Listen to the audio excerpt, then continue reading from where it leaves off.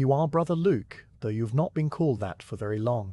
3 days ago you were simply Luc, the son of a widow who worked a small farm in the Loire Valley. 3 days ago you woke before dawn to the sound of your mother crying in the kitchen, and you knew that you could not stay. You left her a note, a piece of folded parchment with words you had practiced 100 times, and you walked out the door while the sky was still the color of bruised plums. You have been walking ever since. The road to Sainte Marie is old, worn smooth by centuries of pilgrims and merchants and monks who came before you. It passes through fields of wheat already harvested, the stubble pale in the autumn light, and then into a forest of oak and beech where the leaves are beginning to turn. You walk without hurry because there is nowhere else to be, and no one waiting for you at the end except the brothers you have never met. Your bag is small, a leather satchel containing a loaf of bread, a piece of cheese wrapped in cloth, a wooden bowl, and a letter of introduction from the parish priest who taught you to read. That letter is the only thing of value you own. The abbey appears in the late afternoon. You come out of the forest and there it is.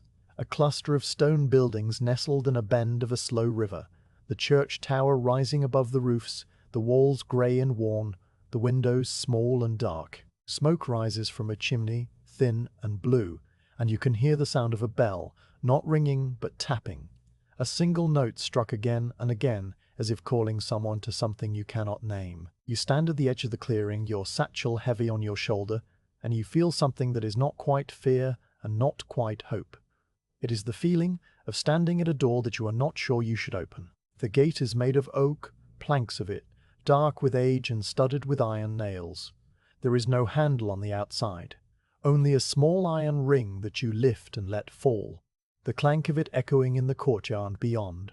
You wait. The tapping of the bell stops, and you hear footsteps on stone, slow and steady, and then a small door within the great door opens, and a face appears. It is an old face, lined and pale, with eyes that have seen too many winters. The man wears a black habit, a hood pushed back from his tonsure, and he looks at you for a long time without speaking. You hold out the letter.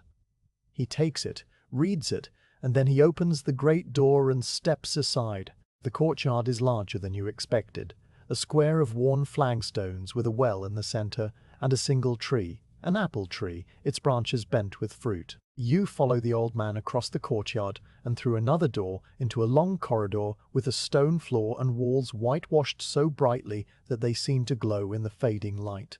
He stops at the wooden door, opens it, and gestures for you to enter. The room is small, a cell with a narrow bed of wooden planks, a straw mattress, a single blanket folded at the foot, and a small window high in the wall that looks out at the sky. There is a wooden cross hanging above the bed, and a shelf with a clay pitcher and a basin. The old man points to the bed, then to the window, then to the door, and then he leaves, closing it behind him without a sound. You sit on the edge of the bed. The straw rustles beneath you, and the blanket smells of wool and lavender. You are alone. The silence is not the silence of the forest, which is full of birds and wind and the rustle of leaves. It is a deeper silence, a silence that has been warmed smooth by centuries of prayer, a silence that seems to listen to you even as you listen to it. You lie down on the mattress, still in your traveling clothes, and you stare at the wooden cross above the bed. You do not pray. You do not know how to pray anymore. You have walked for 3 days, and your feet ache, and your stomach is hollow, and your eyes are heavy. You close them, and you sleep. The bell wakes you. It is not the tapping bell you heard before. This bell is larger, deeper, its voice rolling through the stone walls like thunder. You sit up, disoriented, not knowing if it is night or day, not knowing where you are. The window is dark. The only light comes from a crack under the door. The bell rings again, and then again, a slow rhythm, and you hear footsteps in the corridor, the shuffle of many feet moving in the same direction. You stand, smooth your tunic, and open the door. The corridor is filled with monks, dozens of them, all wearing the same black habit, all with hoods pulled up, all moving toward the end of the corridor where a larger door stands open. You follow them, because there is nothing else to do. You do not know where they are going, but their feet know, and your feet follow, and soon you are in a church. a high stone church with pillars that rise into shadows, with candles burning on the altar, with the smell of incense and old wood and something else, something that might be the smell of 1,000 nights of prayer. The monks take their places in wooden stalls that line the walls, and you stand at the back, uncertain, your hands folded in front of you. A candle burns beside you, and you watch the flame flicker in a draught that you cannot feel. Then the bell stops, and the silence rushes in, and an old monk steps to the center of the choir and begins to sing. His voice is thin, reedy, but it fills the church, rising up into the shadows, and the other monks join him, their voices weaving together into something that is not quite music and not quite speech, but something in between, something that has been sung here every night for 100 years, something that will be sung here every night for 100 more. You do not know the words, you do not know the melody, but you stand in the back of the church, the candle flickering beside you, and you listen. The voices rise and fall, the psalms unfolding, the verses echoing off the stone, and you feel something that you have not felt in a long time. It is not peace, not yet. It is the absence of the noise that has been in your head for weeks, the arguing and the doubt and the fear. For a few minutes there is only the sound of the monks singing, and you are part of it. Even though you do not sing, even though you do not know the words, you are there, and they are there, and the bell called you both. And that is enough. The office ends as quietly as it began. The last note fades, and the monks file out of the church, their feet silent on the stone, their shadows long in the candlelight. You follow them back to the corridor, and the old man who opened the gate is waiting at your cell. He points to the bed, then to the window, then to the door, and then he is gone. You go inside, close the door, and lie down on the mattress. The straw rustles. The blanket smells of wool and lavender. The wooden cross hangs above you, and you look at it, and you wonder if you will ever learn to pray. Outside, the bell rings again. It is a different bell, softer, higher, a single note that hangs in the air like a question. You count the strokes. There are 9 of them, and then silence. You do not know what they mean. You do not know what comes next. But you are tired, and the mattress is hard, and the blanket is thin, and the silence is deep, and you close your eyes, and you sleep.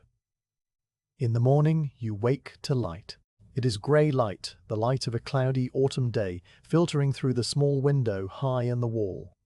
You sit up, and your back aches from the hard mattress, and your neck is stiff from the pillow that is not a pillow, but a rolled-up cloth. You are hungry, you are thirsty. You are not sure where to find food, or water, or anything. You sit on the edge of the bed, your feet on the cold stone floor, and you wait. The door opens without a knock. The old man is there, the one who opened the gate, and he carries a tray with a wooden bowl, a wooden spoon, and a cup. He sets it on the shelf beside the pitcher and the basin, and he gestures for you to eat. The bowl contains porridge, thick and grey, made from barley or oats or something you cannot name. The cup contains water, cool and clean. You eat quickly, the spoon scraping the wood, the porridge warm in your stomach. The old man watches you, his face unreadable, his hands folded in his sleeves. When you are finished, he takes the tray and gestures for you to follow. He leads you through the corridor, past the church, past a door that opens into a courtyard with a fountain, past another door that opens into a garden where herbs grow in neat rows. You stop at a door at the end of a short hall, and the old man knocks. A voice from inside says, "Enter." The old man opens the door and gestures for you to go in. The room is small, smaller than your cell, with a desk and a chair and shelves of books.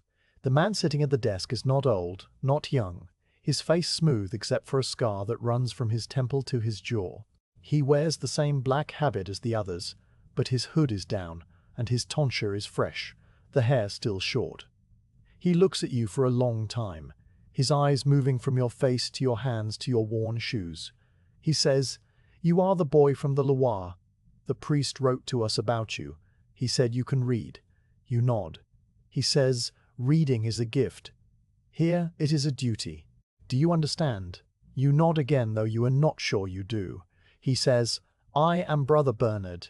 I am the novice master. For 1 year you will be a novice. You will pray with us, work with us, eat with us, sleep in the cell you were given. You will speak only when spoken to. You will learn the rule of Saint Benedict. At the end of the year, you will decide whether to take your vows. Do you understand? You say, "Yes, Brother Bernard." He says, "Go to the church. It is almost time for Tercy. Follow the others. Watch, listen, say nothing." He gestures to the door and you go. You find the church without getting lost because the corridor is straight and the door is open and the candles are lit. The monks are already in their stalls, and you stand at the back, the same place you stood last night, your hands folded, your eyes on the altar. The bell rings, and the abbot enters, and the chanting begins. It is the same chant, the same psalms, the same weaving of voices, but the light is different, grey instead of gold, and you are more awake, and you listen differently. You listen for the words, for the shape of them, for the way they rise and fall. You do not understand the Latin, but you hear the rhythm, the pulse of it, the way it breathes, and you think that maybe, in time, you will learn to breathe with it. The office ends, and the monks file out. You follow them to a large room with long wooden tables and benches, the refectory, and you take a seat at the end of one of the tables. A monk places a piece of bread and a cup of water in front of you. Another monk stands at a lectern and begins to read, his voice low and steady, the words flowing like water. You eat your bread, you drink your water, and you listen. You do not know what he is reading. It is Latin, and it is fast, and you are tired, and your mind drifts. You think of your mother, alone in the farmhouse, crying in the kitchen. You think of the road, the forest, the leaves falling. You think of the bell that woke you in the night, the voice that sang in the dark, the silence that followed. You think of Brother Bernard, his scar, his words. 1 year. Pray. Work. Silence. The reading ends, and the monks stand. You stand with them. You follow them out of the refectory, down the corridor, past the church, to a door that opens into the cloister. It is a square courtyard, open to the sky, with a covered walkway on all 4 sides. The monks disperse, some going into the garden, some into the scriptorium, some into the church. Brother Bernard appears beside you. He says, "You will work in the garden this morning. Brother Joseph will teach you. Follow him." He points to a round monk with red cheeks who is already walking toward the garden gate. You follow. The garden is larger than you thought, a series of raised beds, some with vegetables, some with herbs, some with flowers you do not recognize. Brother Joseph hands you a trowel and points to a bed of onions. "Pull the weeds," he says. "Leave the onions." You kneel in the dirt, the cold seeping through your trousers, and you begin to pull. The weeds come out easily, their roots shallow, their leaves soft. You work slowly, carefully, not wanting to pull an onion by mistake. Brother Joseph works beside you, humming a tune you do not recognize, his hands moving quickly, surely the weeds piling up beside him. He does not speak. You do not speak.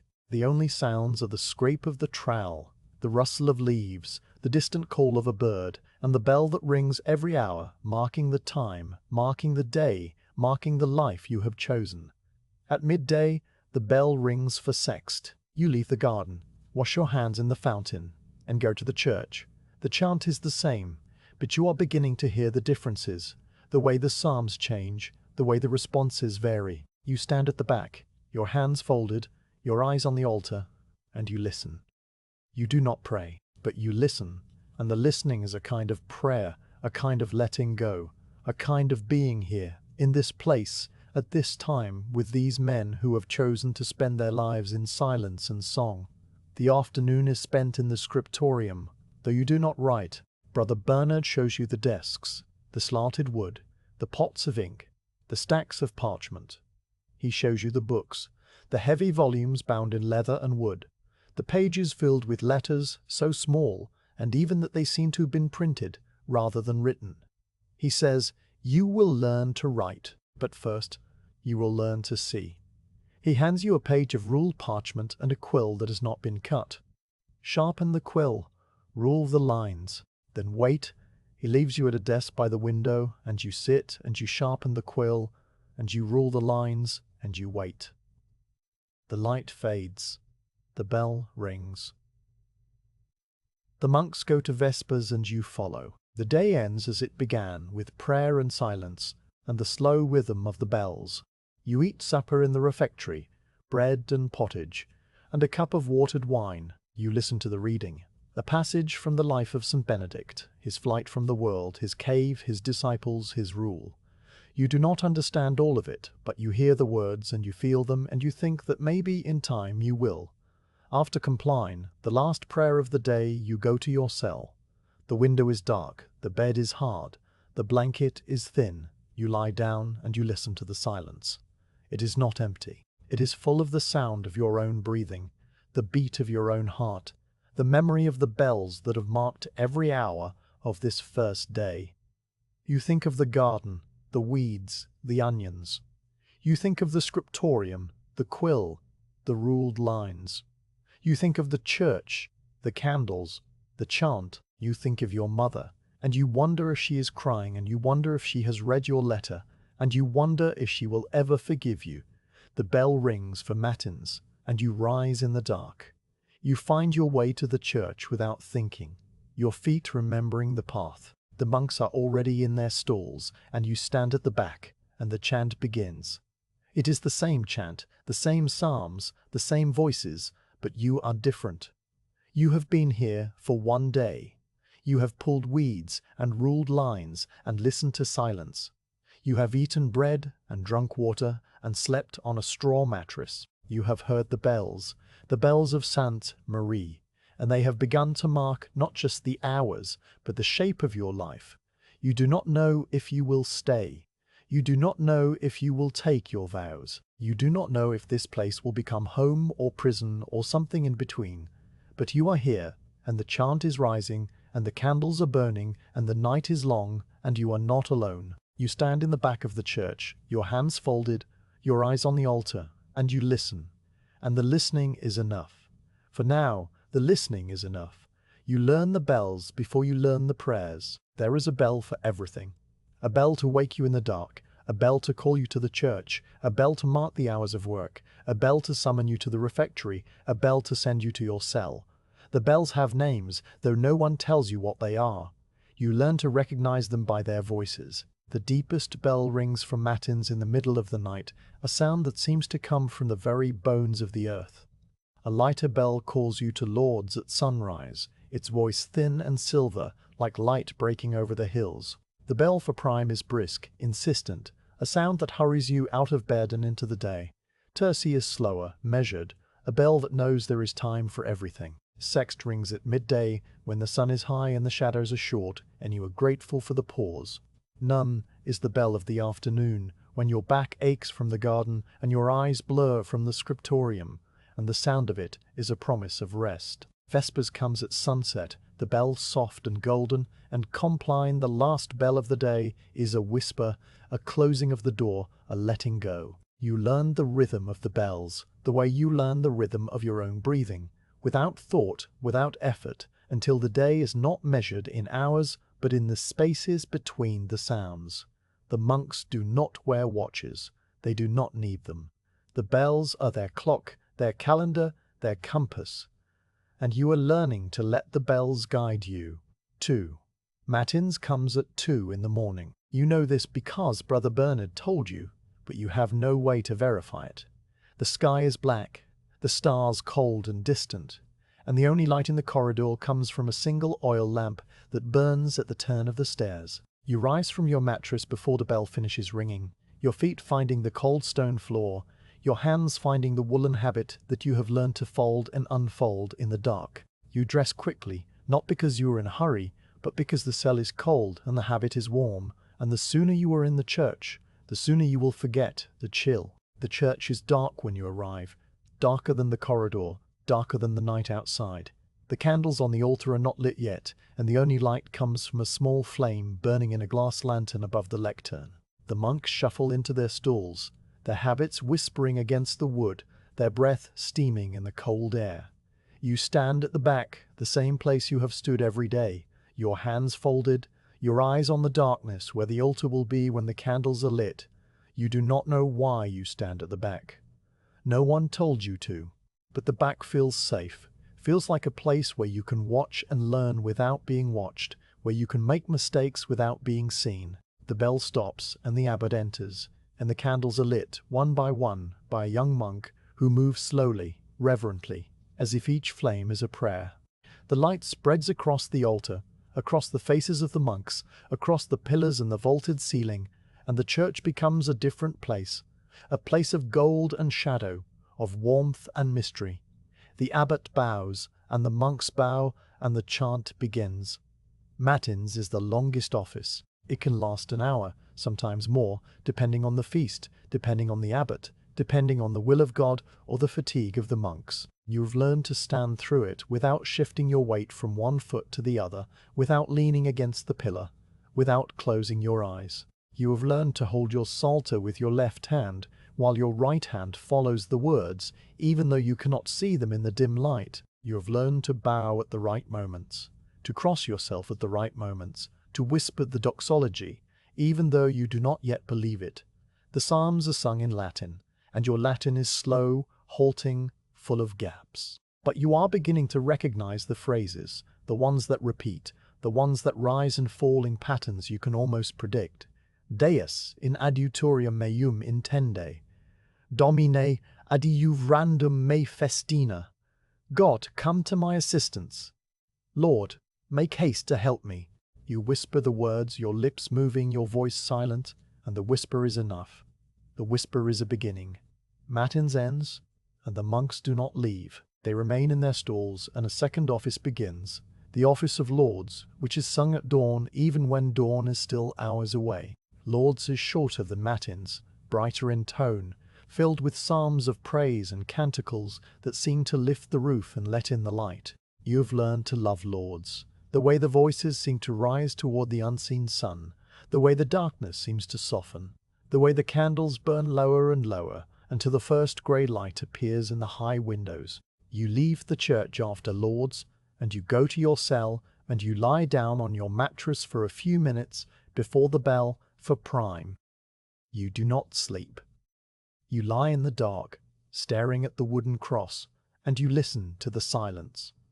The silence is not the same as the silence of the night. It is a silence that has been filled with chant, with psalms, with the breath of 100 monks, and it is warm, and it is alive, and it holds you the way the habit holds your body. The bell for prime rings, and you rise again. Prime is the office of the first hour of daylight, though in winter the sun has not yet risen. It is short, a few psalms, a hymn, a prayer for the day ahead. The monks stand in their stalls, their faces grey in the candlelight, and they sing with a tiredness that is not a lack of devotion, but a recognition that the night has been long and the day will be longer. You stand with them, and you sing when you know the words, and you listen when you do not, and the office ends, and you go to the chapter house. The chapter house is where the monks gather after prime to hear a reading from the rule of Saint Benedict and to confess their faults. You sit on a bench against the wall, your hands in your sleeves, your eyes on the floor. The abbot reads from a large book, his voice slow and deliberate, the Latin words falling like stones into a still pond. You do not understand everything, but you understand enough. Ora et labora. Pray and work. The rule is not a set of commands. It is a way of life, a path through the forest, a hand on your shoulder in the dark. After the reading, the monks speak. One by one, they stand and say what they have done wrong. A monk admits that he fell asleep during matins. Another confesses that he spoke in the refectory. Another says that he allowed his mind to wander during the reading. The abbot listens, nods, assigns a penance, and the monk sits down. You do not speak. You are not yet a monk. You are a novice, and your faults are your own, and you keep them in the silence of your cell. You go to Terce at 9 in the morning. The sun is up now, the light streaming through the high windows, the dust motes dancing in the beams. Terce is the office of the third hour, and it marks the beginning of the day's work. You stand in the choir and you sing the psalms, and you feel the light on your face, and you think of the garden, of the weeds that need pulling, of the onions that are almost ready to harvest. The office ends, and you go to the garden and you work. Sext comes at midday. You leave the garden, wash your hands, and go to the church. The sun is high, the light bright, the shadows short. Sext is a short office, a pause in the middle of the day, a moment to catch your breath, to turn your mind from the work of the hands to the work of the soul. You stand in your place at the back, and you sing, and you listen, and you breathe. None is at 3 in the afternoon. By then you are tired, your back aching, your hands rough from the soil. The church is cool, the light golden, the shadows long. None is the office of the 9th hour, and it prepares you for the end of the day, for the final work before vespers, for the slow descent into evening. You stand in the choir, and you sing the psalms of trust, the psalms of waiting, the psalms that say, I have hoped in the Lord, I have hoped in His word. Vespers comes at sunset. The church is dark again, the candles lit, the voices low and rich. Vespers is the office of the evening, and it is your favorite. The psalms are sung with a fullness that the other offices lack, as if the monks are saving their voices for this, the hour when the day ends and the night begins. You stand in the back, and you sing, and you feel the darkness settle around you like a blanket, and you are not afraid. Compline is the last office of the day. It comes after supper, when the light is gone and the stars are out. The monks gather in the church, and they sing the psalms of the night, the psalms of protection, the psalms that ask God to keep them safe until morning. The abbot sprinkles holy water on the beds, and the monks process to their cells, and the bell rings a single note, soft and low, and the day is over. You lie on your mattress, the blanket pulled to your chin, and you listen to the silence. The bells are still. The church is dark. The monks are sleeping. You are awake, and you are tired, and you are grateful. The day has been long, but it has been full, and the hours have been marked by the bells, and the bells have become a kind of music, a kind of prayer, a kind of home. You close your eyes. You do not pray. You do not have the words, but you listen to the silence, and the silence listens to you, and that is enough. That is the beginning. In the morning, the bell will ring for matins, and you will rise, and you will go to the church, and you will sing the psalms you are beginning to know. The hours will turn, the bells will ring, the day will pass, and you will be here, in this place, at this time, with these men who have chosen to spend their lives in silence and song. You do not know if you will stay. You do not know if you will stay. You do not know if you will take your vows. But for now, the bells are ringing, and you are listening, and the listening is enough. The scriptorium is at the top of the stone stairwell that turns twice before it reaches the door. You have climbed these stairs every day for a month, and still your legs ache by the time you reach the top. The door is heavy, oak-bound with iron, and it swings open on hinges that groan like a man waking from a deep sleep. Inside, the room is long and narrow, with 3 tall windows on the south wall that let in a light so pure and steady that it seems almost holy. The desks are arranged in a row beneath the windows, each one slanted, each one fitted with a ledge for the inkpot and a groove for the quill. The everyday heroes knows of poldest and most elation hift in sintry. Brother Anselm is already at his desk when you arrive. He is the oldest monk in the scriptorium, his back bent, his hands gnarled, his eyes pale and watery behind spectacles that he polishes constantly with a piece of soft leather. He has been copying manuscripts for 50 years, longer than you have been alive, and he has forgotten more about the art than you will ever learn. He does not look up when you enter. He does not speak. He only dips his quill and continues the line he was writing, his hand steady despite his age, the letters flowing from his nib like water from a spring. You take your place at the desk beside him. The desk is yours now, the one you have used every day since Brother Bernard assigned you to the scriptorium. The wood is worn smooth in the places where other scribes have rested their wrists, and there is a dark stain near the right corner where someone spilled a pot of ink 100 years ago. You set your inkpot in its hollow, your quill in its groove, and your parchment on the slanted surface. The parchment is ruled with faint lines that Brother Anselm taught you to make with a sharp point and a straight edge. The lines are guides for the letters, invisible from a distance, but essential up close, the skeleton on which the body of the text will grow. Brother Anselm has given you a single sentence to copy. It is from the rule of St. Benedict, the same sentence you have been copying for 3 weeks. Ora et labera et Deus adest. Pray and work, and God is present. You have copied it 100 times, 1,000 times, and still Brother Anselm finds something to correct. The curve of your A is too wide. The stem of your T is too short. The space between your words is uneven. He does not scold you. He does not scold you. He does not scold you. He does not scold you. He only points to the mistake, and you scrape it away with a knife. And you try again. Today, you are determined to get it right. You dip your quill, wipe the excess ink on the rim of the pot, and place the nib on the parchment. You begin with the O, a round letter that requires a steady hand and a slow turn. You make the curve, close it at the top, and lift the quill. It is not perfect, but it is close. You move to the R, a straight line with a small hook at the top, and then the R, the letter that has given you so much trouble. You make the bowl of the A smaller than usual, the stem straighter, and you think that maybe this time it will be enough. The hours pass. The light moves across the desk, from the left in the morning to the right in the afternoon. You do not notice it. You are absorbed in the letters, in the weight of the quill, in the flow of the ink. The world outside the scriptorium ceases to exist. There is only the parchment, the letters, the sentence that you are building one stroke at a time. You forget the bells, the garden, the refectory. You forget Brother Bernard and his scar. You forget your mother and his scar. You forget your mother and his scar. You are here, in this room, at this desk, and nothing else matters. Brother Luc in the Haufik. You look up, and he is standing beside you, his spectacles catching the light, his eyes examining your work.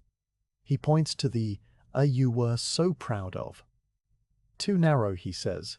The bowl should be round, not oval. The stem should be straight, not leaning.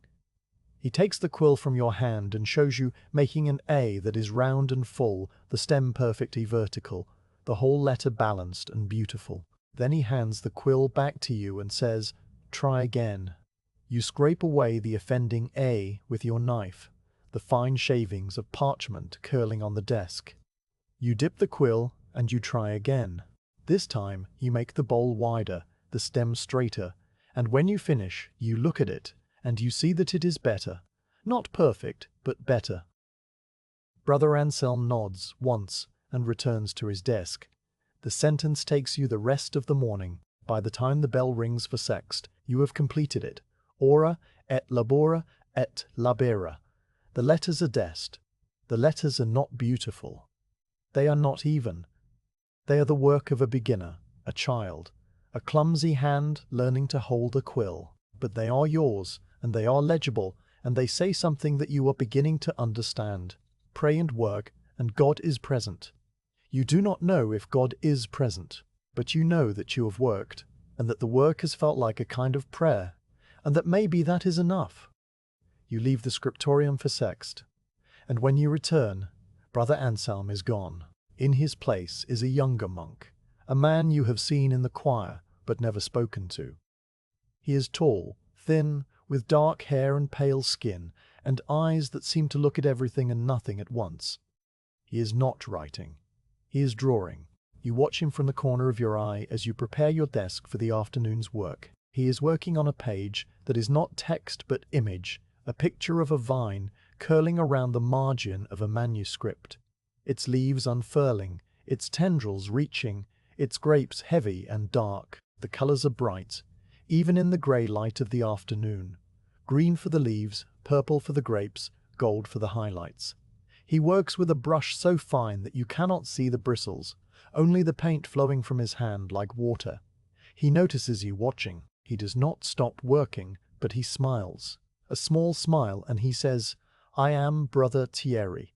You tell him your name, and he nods. He says, "Brother Anselm speaks well of you." He says you are patient. You are not sure if this is a compliment or an observation, but you thank him anyway. He says, patience is the most important thing in the scriptorium, more important than skill, more important than speed. A scribe without patience is like a quill without ink. He can scratch the parchment, but he cannot write. You do not know what to say, so you say nothing. You dip your quill and begin to rule the lines for the afternoon's work. Brother Thierry watches you for a moment, then returns to his vine. The silence in the scriptorium is not the silence of the church, which is full of echoes and shadows. It is a working silence, a silence of concentration, of focus, of men who have forgotten to speak because they are too busy creating something that will outlast them. Brother Thierry finishes his vine and begins a bird, a small bird perched on one of the branches, its beak open as if singing. You watch him paint the feathers one by one, each stroke of the brush laying down a layer of color so thin that it seems to be part of the parchment rather than sitting on top of it. He adds a touch of gold to the bird's eye, and suddenly the bird is alive, looking at you from the margin of the page, its song silent but present. You want to ask him how he learned to paint like that, but you do not. The rule of silence is not enforced in the scriptorium the way it is in the cloister or the refectory, but there is an understanding that words should be few and necessary. You have learned to speak only when you must, and this is not one of those times. You return to your ruling, and the afternoon passes. The bell for none rings, and you put down your quill. Brother Thierry does not move. He is still painting, his brush moving in small circles, adding details to the bird's wing. You hesitate at the door, not wanting to leave, not wanting to break the spell of the scriptorium. Brother Thierry looks up and says, "The bird will still be here tomorrow. Go, pray, eat, rest. The work will wait. You go, pray, eat, rest. The work will wait. You go." You go to the church, and you stand in your place at the back, and you sing the psalms of none. But your mind is not on the psalms. It is on the scriptorium, on the desk, on the quill, on the letters that you are learning to make.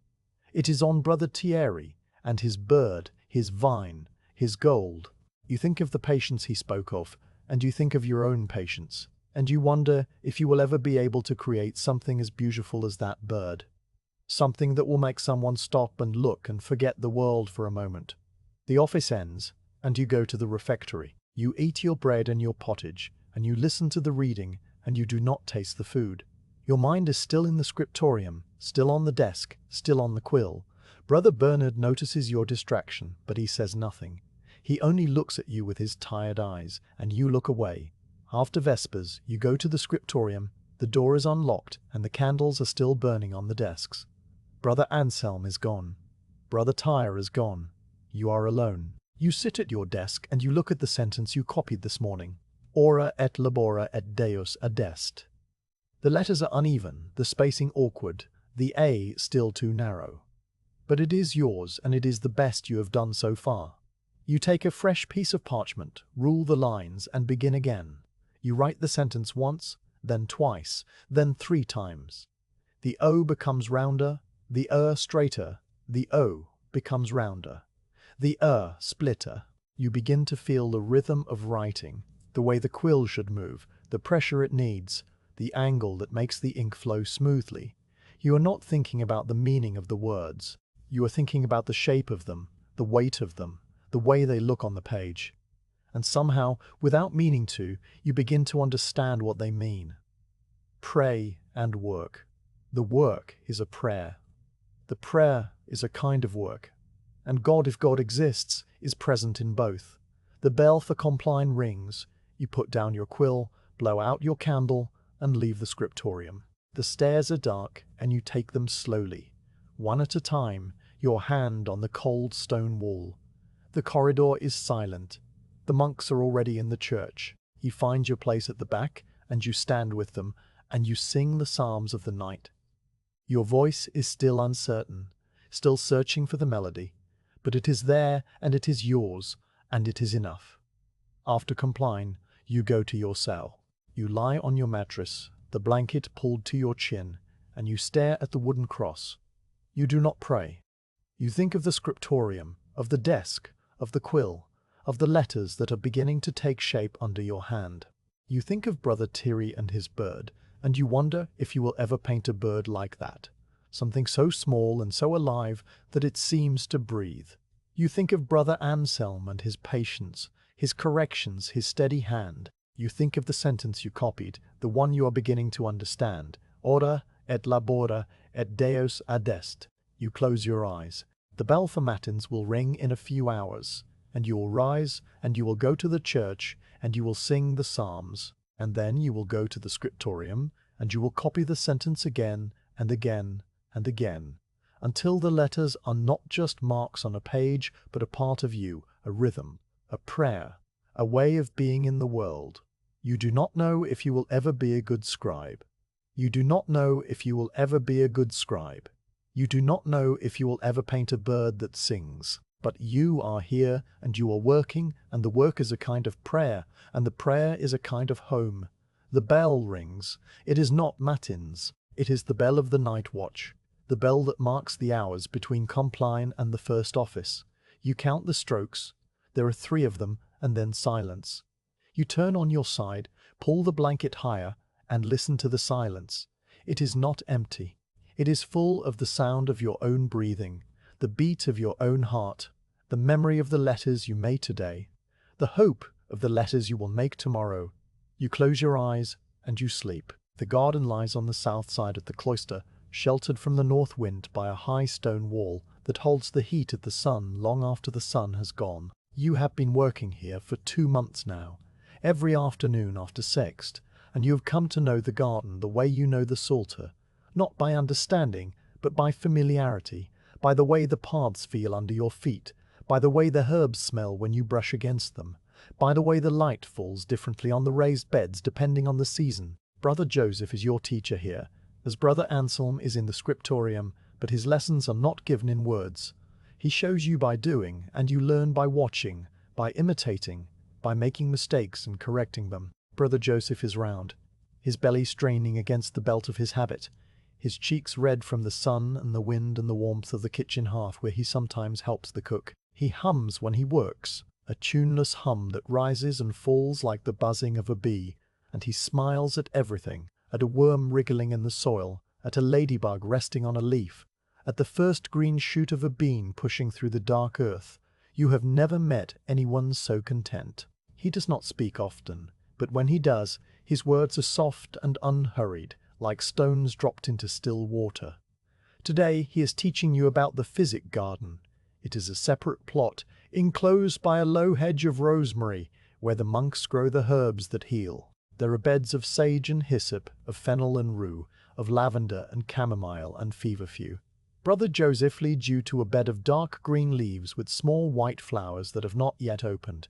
He kneels, touches a leaf, and holds it to your nose. The smell is sharp, almost medicinal, like camphor and lemon. He says, "This is rue. It drives away fleas and flies, and a tea made from its leaves will ease the pain of a woman in childbirth. It is also a poison if taken in too great a quantity, so we use it carefully."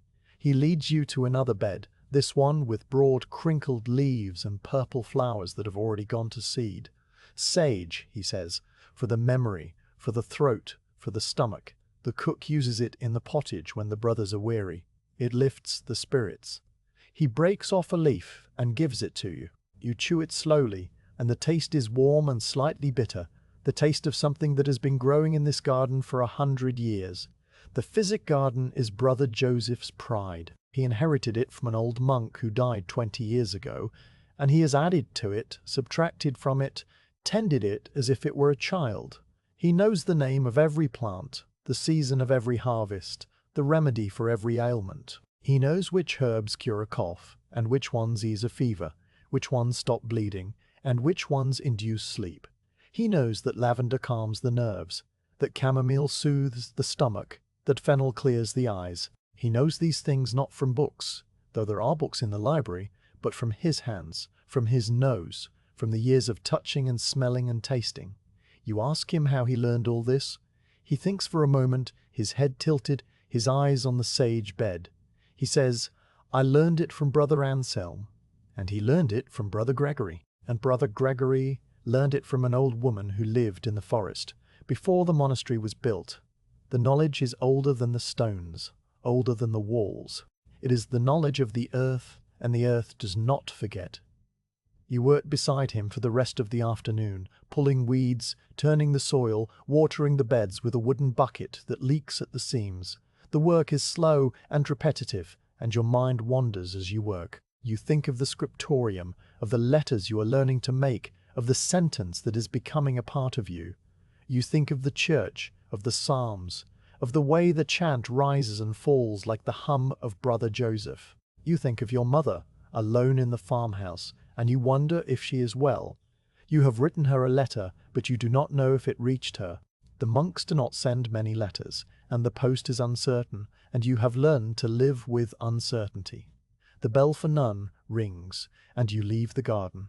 Your hands are dirty, your knees are stained with soil, and your back aches from bending over the beds. But you are not tired in the way you used to be tired, the tiredness of despair. This tiredness of despair, this tiredness is a good tiredness, a tiredness that comes from work and will be healed by sleep and will return tomorrow and the day after and the day after that. You wash your hands in the fountain and you go to the church and you stand in your place at the back and you sing the psalms of none. Your voice is stronger now, surer, and you know some of the words without looking at the psalter. The chant is becoming a part of you, the way the letters are becoming a part of you, the way the garden is becoming a part of you. After Vespers, you go to the garden again. Brother Joseph is still there, sitting on a low stone wall, watching the sun set over the fields. He does not look up when you approach, but he shifts to make room for you on the wall. You sit beside him, and you watch the sky turn from blue to gold to pink to grey. The air is cool, and the smell of lavender is strong in the twilight. Brother Joseph says, the garden is the oldest church. It has no roof, no altar, no candles. But God is here. He is in the soil, in the seeds, in the rain and the sun. He is in the worm, and the ladybug, and the bee. He is in the things that grow, and the ladybug, and the things that water. The garden teaches patience, because you cannot hurry a seed. The garden teaches hope, because you plant without knowing if the harvest will come. The garden teaches humility, because you are not the one who makes things grow. You only prepare the soil, and you wait. You do not answer. You do not know how to answer. You do not know how to answer, but you sit beside him, and you watch the sky darken, and you feel something that is not quite peace, but is closer to it than you have been in a long time. The bell for Compline rings. You stand, and Brother Joseph stands, and you walk together to the church. He does not speak, and you do not speak, but his presence beside you is a comfort, a reminder that you are not alone, that the garden is not yours alone, that the work is shared, and the waiting is shared, and the hope is shared. You enter the church, and you take your place at the back, and you sing the psalms of the night. Your voice is tired, but it is there, and it is enough. After Compline, you go to your cell. You lie on your mattress, the blanket pulled to your chin, and you stare at the wooden cross. You do not pray. You think of the garden, of the rue and the sage, of the lavender and the chamomile. You think of Brother Joseph, his hum, his smile, his words. You think of the seed that falls into the ground and dies, and the fruit that it bears. You think of your mother, and you wonder if she has planted her garden this year, if the onions are growing, if the beans have flowered. You close your eyes, and you listen to the silence. The silence is not empty. It is full of the smell of lavender, the taste of sage, the memory of the soil under your fingers. It is full of the hope that something is growing, somewhere in the dark. The bell for matins will ring in a few hours. You will rise, and you will go to the church, and you will sing the psalms. And then you will go to the garden, and you will work, and you will wait. The seed does not hurry. The harvest does not hurry.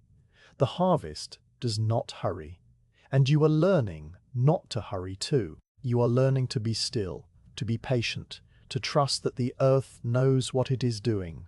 You are learning to be like the garden, and the garden is teaching you to be like God, or maybe God is teaching you to be like the garden. You do not know, you do not need to know. You only need to plant, and water, and wait. You close your eyes. The bell rings, 3 strokes, the night watch marking the hour. You count them, and then the silence returns. You turn on your side, pull the blanket higher, and sleep. The chapter house is a long, low room attached to the south side of the cloister. Its walls are bare stone, unadorned except for a large wooden crucifix that hangs above the abbot's chair. The floor is flagstone, worn smooth by centuries of sandals, and the benches that line the walls are dark with age, their wood polished by the touch of countless monks who have sat here to confess their faults and hear the rule explained. You have been inside the chapter house every morning since your first day, but you have always sat at the back, near the door, watching and listening without participating. Today is different. Today Brother Bernard has told you that you will speak. You arrive before the others, as you always do, and you take your usual place on the bench near the door. The room is cold in the early morning, even in spring, and your breath steams in the air. The abbot's chair is empty, the crucifix above it, dark against the white wall. A single candle burns on a lectern near the center of the room, its flame steady, its light just enough to see the faces of the monks as they file in. They come in silence, each one bowing to the crucifix before taking his seat. The benches fill slowly, the older monks near the front, the younger ones near the back, the novices on the end where you sit. Brother Bernard takes his place beside you, his face as unreadable as ever. The abbot enters last. He is an old man, older than Brother Anselm, older than anyone you have ever met. His face is a map of wrinkles, his eyes pale and watery, his hands gnarled and trembling. He walks slowly, leaning on a wooden staff, and when he reaches his chair, he does not sit immediately. He stands behind it, his hands resting on its back, and he looks at each monk in turn, as if counting them, as if reassuring himself that they are all still here. Then he sits, and the monks sit, and the chapter meeting begins. The first part of the meeting is the reading of a chapter from the Rule of St. Benedict. A young monk stands at the lectern and reads in a clear, steady voice. Today's chapter is about humility. The first degree of humility is to keep the fear of God always before one's eyes. You have heard this passage before, but you have never listened to it the way you listen now, sitting in the chapter house with the other monks, the candle flickering, the abbot watching. The words seem heavier here, more real, as if they have taken on the weight of the stone walls and the centuries of men who have sat on these benches. When the reading is finished, the abbot speaks. His voice is thin, reedy, but it carries to every corner of the room. He talks about the passage, explaining its meaning, applying it to the life of the monastery.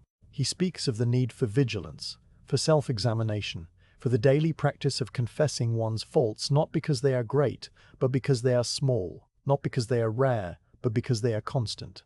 He says, the proud man sees his own faults and thinks them insignificant. The humble man sees his own faults and knows that they are the only things that matter, because they are the only things he can change. He pauses, and the silence in the room is so deep that you can hear the candle burning. The second part of the meeting is the confession of faults. This is the part you have been dreading. The monks speak one by one, beginning with the oldest, ending with the youngest. They stand, they bow to the abbot, and they say what they have done wrong since the last chapter meeting. A monk admits that he arrived late to matins. Another confesses that he spoke during the silent time after Compline. Another says that he allowed his mind to wander during the reading in the refectory. The faults are small, almost trivial, but the monks speak them with the same seriousness that they would speak of a great sin. You have learned that this is not because they are scrupulous or fearful. It is because they believe that small faults left unexamined become large faults, and that the habit of confession is the habit of humility. The abbot listens to each confession, nods, and assigns a penance. The penances are also small: an extra prayer, a genuflection, a day without speaking. No one is harsh, no one is shamed. The purpose is not punishment, but correction, not humiliation, but healing. You have watched this ritual every morning for months, and you have come to admire it, even to long for it. But the thought of standing up yourself, of speaking your faults aloud in front of all these men, fills you with a fear that you cannot name. Brother Bernard leans toward you and whispers, "You do not have to speak. You are a novice. But if you want to, you may. It is better to begin small." He does not look at you when he says this. He keeps his eyes on the abbot, his face still and calm. You want to ask him what you should say, how you should say it. But the rule of silence is not suspended in the chapter house, and you know that you must find the words yourself. The confessions continue. Brother Anselm admits that he was impatient with a young scribe who could not form his letters correctly. You feel a flush of guilt. You are that scribe. Brother Thierry confesses that he spent too long on the illumination of a single bird and neglected the other work of the scriptorium. Brother Joseph says that he allowed the rue bed to become overgrown because he was distracted by the beauty of the lavender. The abbot nods, assigns penances, and the monks sit down. Then it is your turn. The monk beside you stands, confesses, sits. The next monk stands, sits. And then there is a pause, and you realize that the eyes of the community are on you. The abbot is looking at you. Brother Bernard is looking at you. The candle flame seems to flicker in your direction. You stand. Your legs are trembling, but you stand. You bow to the abbot, and you open your mouth. "I have been proud," you say. Your voice is small, barely audible, but in the silence of the chapter house it sounds like a shout. "I have been proud of the letters I make in the scriptorium. I have compared my word to the work of others and thought myself better. I have resented Brother Anselm's corrections because I wanted to believe that I had nothing left to learn." You stop. Your throat is dry and your heart is beating so fast that you can feel it in your temples. You want to sit down, but you cannot. You are not finished. The abbot says, "Continue." His voice is gentle, not commanding. You take a breath and continue. "I have also been unkind in my thoughts. When Brother Joseph asked me to help with the rue bed, I thought the work was beneath me. I wanted to be in the scriptorium, not in the garden. I did not say anything, but the thought was there, and I did not push it away." You pause again, searching for more, but there is nothing else. Your faults are small, like the faults of the other monks, but they are yours, and speaking them aloud has made them both heavier and lighter at the same time. The abbot looks at you for a long moment, then he says, "Your penance is to spend an hour each day for the next week in the garden, working beside Brother Joseph without complaint. And when you feel pride rising in your heart, you are to repeat the words of the psalm, Domini, non est exaltatum cor meum. Lord, my heart is not lifted up." He nods, and you sit down. Your legs are still trembling, and your face is hot, but you feel something that you have not felt before. It is not relief exactly. It is more like the feeling after a long rain, when the air is clean and the ground is wet and everything seems possible again. The other monks do not look at you. They have returned their gaze to the abbot, waiting for the next confession. But Brother Bernard puts his hand on your shoulder for just a moment, and you know that he has heard you and that he is not disappointed. The confessions end, and the abbot speaks again. He talks about the nature of community, the way that each monk's faults are not his alone, but belong to the whole body. He says, when one of us falls, we all fall. When one of us rises, we all rise. The chapter house is not a courtroom. It is a hospital. We come here not to be judged, but to be healed. He pauses, and his eyes move across the room, resting for a moment on each monk. The healing begins with confession. Not because God needs to hear it, but because we need to say it. The words are the knife that cuts the wound open so that it can drain. Without the words, the wound festers in the dark. The meeting ends with a prayer. The monks stand, bow to the crucifix, and file out of the chapter house. You follow them, your feet moving automatically, your mind still in the room where you spoke your faults aloud. Brother Bernard walks beside you, and when you reach the cloister, he stops. He says, "You did well. It will be easier tomorrow." Then he turns and walks toward the church, and you are alone. You do not go to the church. The bells have not yet rung for terce, and you have a few minutes before the next office. You walk to the garden instead, though you do not know why. The garden is quiet, in the morning light, the dew still on the leaves, the paths damp and dark. You stand at the edge of the rue bed, looking at the small green leaves, the white flowers that have not yet opened. You think of Brother Joseph, his hum, his smile, his patience. You think of the words the abbot said, "The healing begins with confession." You think of your own confession, the pride you admitted, the unkind thoughts you named. The words feel strange in your mouth, like stones you have swallowed, and are only now beginning to digest. The bell for terce rings. You turn from the garden and walk to the church. The monks are already in their stalls, and you take your place at the back. The chant begins, the familiar psalms, the familiar melody. You open your mouth and sing, and the words come out without effort, without thought. You are not thinking about the letters, or the garden, or the confession. You are not thinking about your mother, or the farm, or the life you left behind. You are only singing, and the singing is a kind of prayer, and the prayer is a kind of healing. After tercy, you go to the scriptorium. Brother Anselm is already at his desk, his quill moving, his eyes on the page. He does not look up when you enter. You take your place at your desk, rule your lines, dip your quill. You begin to copy the sentence you have copied 1,000 times. Ora et labora et Deus adest. Pray and work, and God is present. But today the words feel different. Today they feel like the confession you made in the chapter house, like the penance the abbot gave you, like the garden waiting for you after none. Pray and work and pray. The words are not separate, they are the same thing. The morning passes, the light moves across your desk, and you write, and you scrape away your mistakes, and you write again. Brother Anselm does not correct you today. He does not need to.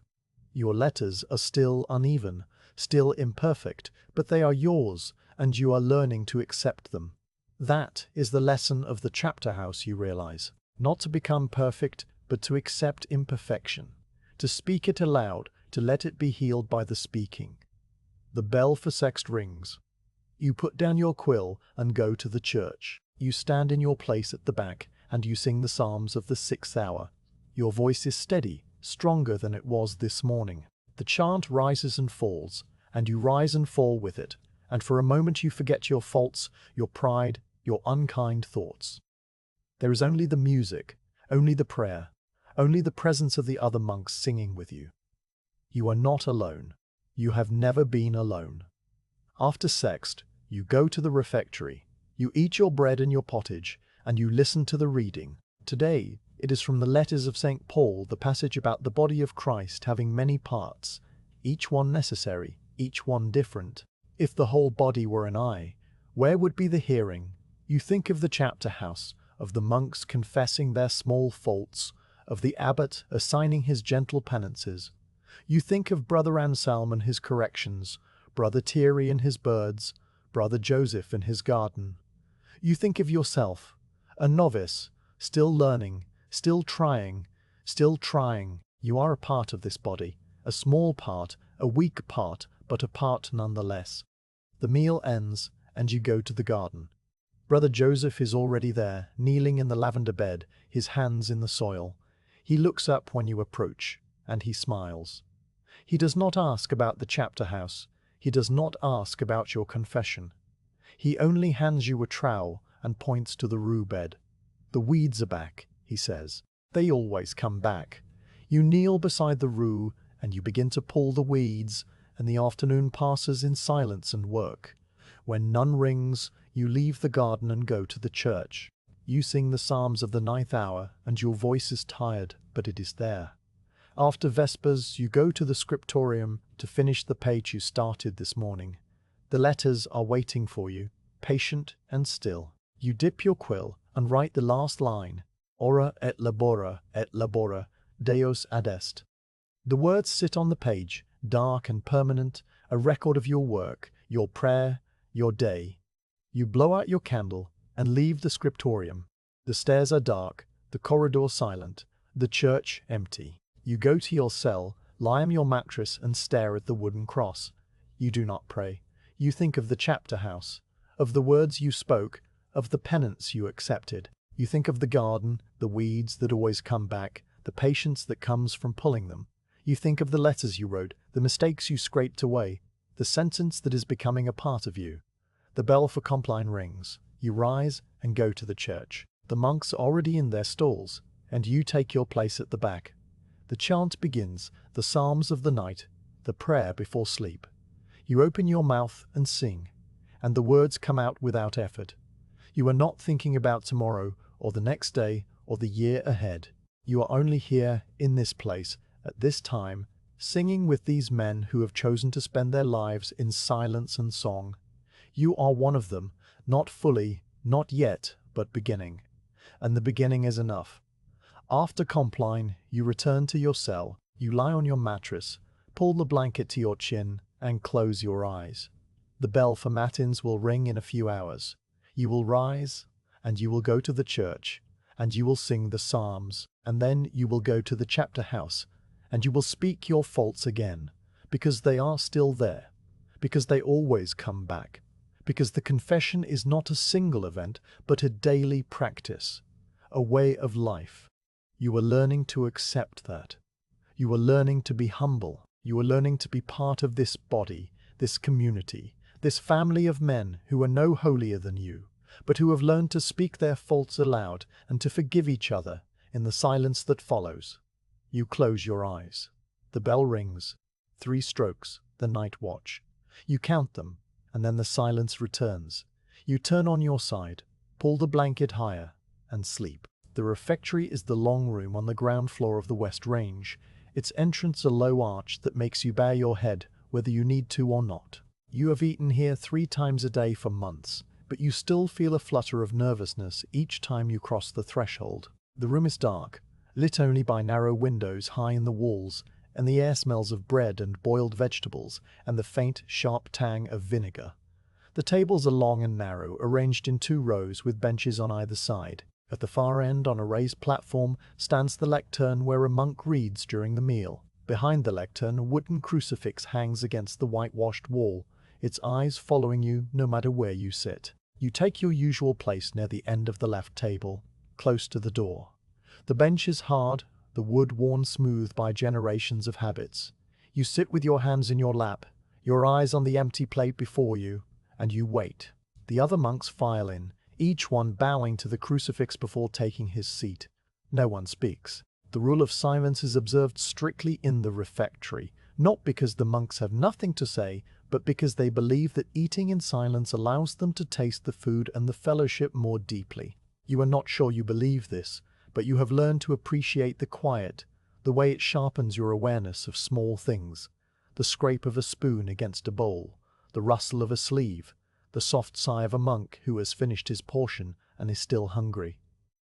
The bell rings, and the abbot enters. He walks slowly to his place at the head of the left table, his staff tapping on the stone floor. He does not sit until the monks stand, and they do not sit until he sits. This ritual of deference is performed at every meal, and you have come to find it comforting, a reminder that even the simplest act can be a prayer. The abbot nods, and the monks sit, and the server enters from the kitchen, carrying a large wooden tray laden with bowls. The meal today is the same as most meals: bread, pottage, and a small portion of cheese. The bread is dark and dense, made from barley and rye, and a little wheat, its crust hard, its crumb moist. The pottage is a thick soup of beans and leeks and whatever vegetables are in season, flavored with herbs from Brother Joseph's garden. The cheese is a small triangle, pale and crumbly, with a sharp taste that lingers on your tongue. It is not luxurious, but it is enough, and you have learned to be grateful for enough. The server places a bowl of pottage in front of you, a piece of bread on the wooden board beside it, and a sliver of cheese on a separate plate. You wait. The server serves the abbot first, then the oldest monks, then the rest, in order of their profession. You are near the end, a novice, and you have learned patience. When the last bowl is placed, the server returns to the kitchen, and the lector begins to read.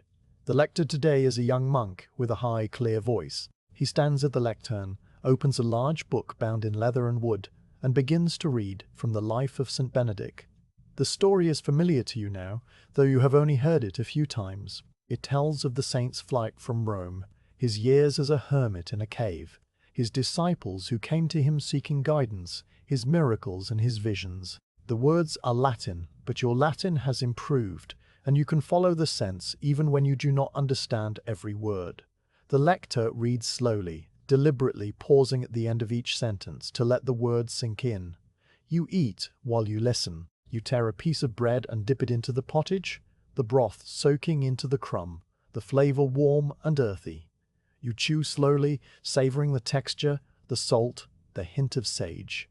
You break off a corner of the cheese and let it melt on your tongue. The reading continues, and the meal continues, and the two flow together into a single experience, the words becoming food, the food becoming words. You are not sure if this is what the monks intend, but it is what you feel, and you are grateful for it. Halfway through the meal, you look up and catch the eye of Brother Thierry, who is sitting across from you. He smiles, a small smile that barely moves his lips, and then he looks down at his bowl. You have learned that smiles are allowed in the refectory, even encouraged, as long as they are silent. Words are forbidden, but gestures and glances are not, and you have come to appreciate the language of eyes and hands, the way a raised eyebrow can express surprise, the way a tilted head can ask a question. You and Brother Thierry have developed a kind of friendship that exists almost entirely in silence, a friendship of shared glances and quiet gestures, and you have come to value it more than any friendship you had before. The lector finishes the story of St. Benedict and begins a passage from the Rule, the chapter on the care of the sick. Before all things, care must be taken of the sick, so that they may be served as Christ himself. You have heard this passage before, but it strikes you differently today. You think of Brother Joseph, who tends the physic garden and the infirmary. You think of the old monk who died last winter, the one you sat with in his final hours. You think of your mother, alone in the farmhouse, and you wonder if there is anyone to care for her, to serve her, as Christ. The thought makes the bread taste bitter, and you put down the piece you were about to eat. The meal ends. The lector closes the book, and the monks sit in silence for a moment, their hands folded, their eyes closed. Then the abbot stands, and the monks stand, and they bow to the crucifix. The server comes to clear the bowls, and you watch him collect the scraps, the uneaten bread, the rinds of cheese. Nothing is wasted. The scraps will go to the pigs, the bones to the dogs, the dishwater to the garden. The monastery is a closed circle, taking from the earth and giving back, and you are beginning to understand that this circle is a kind of prayer, a kind of stewardship, a kind of love. You leave the refectory and walk to the cloister. The sun is high, and the light falls in golden squares on the stone floor. You stand at the edge of the garden, looking at the raised beds, the herbs, the vegetables. Brother Joseph is already there, kneeling in the lavender, his hands in the soil. He looks up and waves, a small wave, a gesture that says, "I see you, you are welcome." You wave back, and then you turn and walk to the scriptorium. The afternoon passes in the usual way, the letters, the quill, the patient corrections of Brother Anselm, but your mind keeps returning to the refectory, to the meal, to the reading. You think of the words from the Rule, "Before all things, care must be taken of the sick." You think of your mother, and you wonder if she is sick, if she is alone, if she has enough to eat. You think of the bread you ate, the pottage, the cheese. It was not much, but it was enough. You hope that she has enough. You hope that she has enough. You hope that someone is caring for her. The bell for Vespers rings, and you go to the church. The chant is the same, the psalms the same, but you sing them differently today, with a heaviness in your heart that you cannot name. You are not sure if it is sadness or longing or something else, something that has no name. You sing anyway, and the singing is a kind of prayer, and the prayer is a kind of offering. You offer the words for your mother, for the sick, for all those who are alone and hungry and afraid. You do not know if the offering is received, but you make it anyway, because it is the only thing you have. After Vespers, you go to the refectory for supper. The meal is lighter than dinner. Bread, a small bowl of pottage, a cup of water. The lector reads from the letters of St. Paul, the passage about love. Love is patient. Love is kind. It is not jealous. It is not pompous. It is not inflated. You listen as you eat, and the words settle into you like seeds into soil. You think of Brother Joseph, his patience, his kindness. You think of Brother Thierry, his quiet friendship. You think of Brother Bernard, his steady presence. You think of the monks who have welcomed you into their silence, their work, their prayer. You think of your mother, and you hope that she has found love somewhere, that she is not alone. The meal ends, and you go to the church for Compline. The night office is short, a few psalms, a hymn, a prayer for protection. You stand in your place at the back, and you sing with the others, your voice blending with theirs. The chant rises and falls, and you rise and fall with it, and for a moment you forget your worry, your sadness, your longing. There is only the music, only the prayer, only the presence of the other monks singing with you. After compline, you go to your cell. You lie on your mattress, the blanket pulled to your chin, and you stare at the wooden cross. You do not pray. You think of the refectory, of the lector's voice, of the words from the rule. Care must be taken of the sick, so that they may be served as Christ himself. You think of your mother, and you decide that you will write her a letter. You will tell her that you are well, that you have enough to eat, that you are learning to pray. You will ask if she is well, if she has enough, if she is happy. You will not ask her to forgive you, because you are not sure you deserve forgiveness. But you will write the letter, and you will send it, and you will wait for an answer that may never come. The bell rings, 3 strokes the night watch. You count them, and then the silence returns. You turn on your side, pull the blanket higher, and close your eyes. The bread and the pottage are still in your stomach, warm and solid. The words of the reading are still in your mind, patient and kind. You hold on to them as you drift toward sleep, these small anchors in the dark. You are not alone. You have never been alone.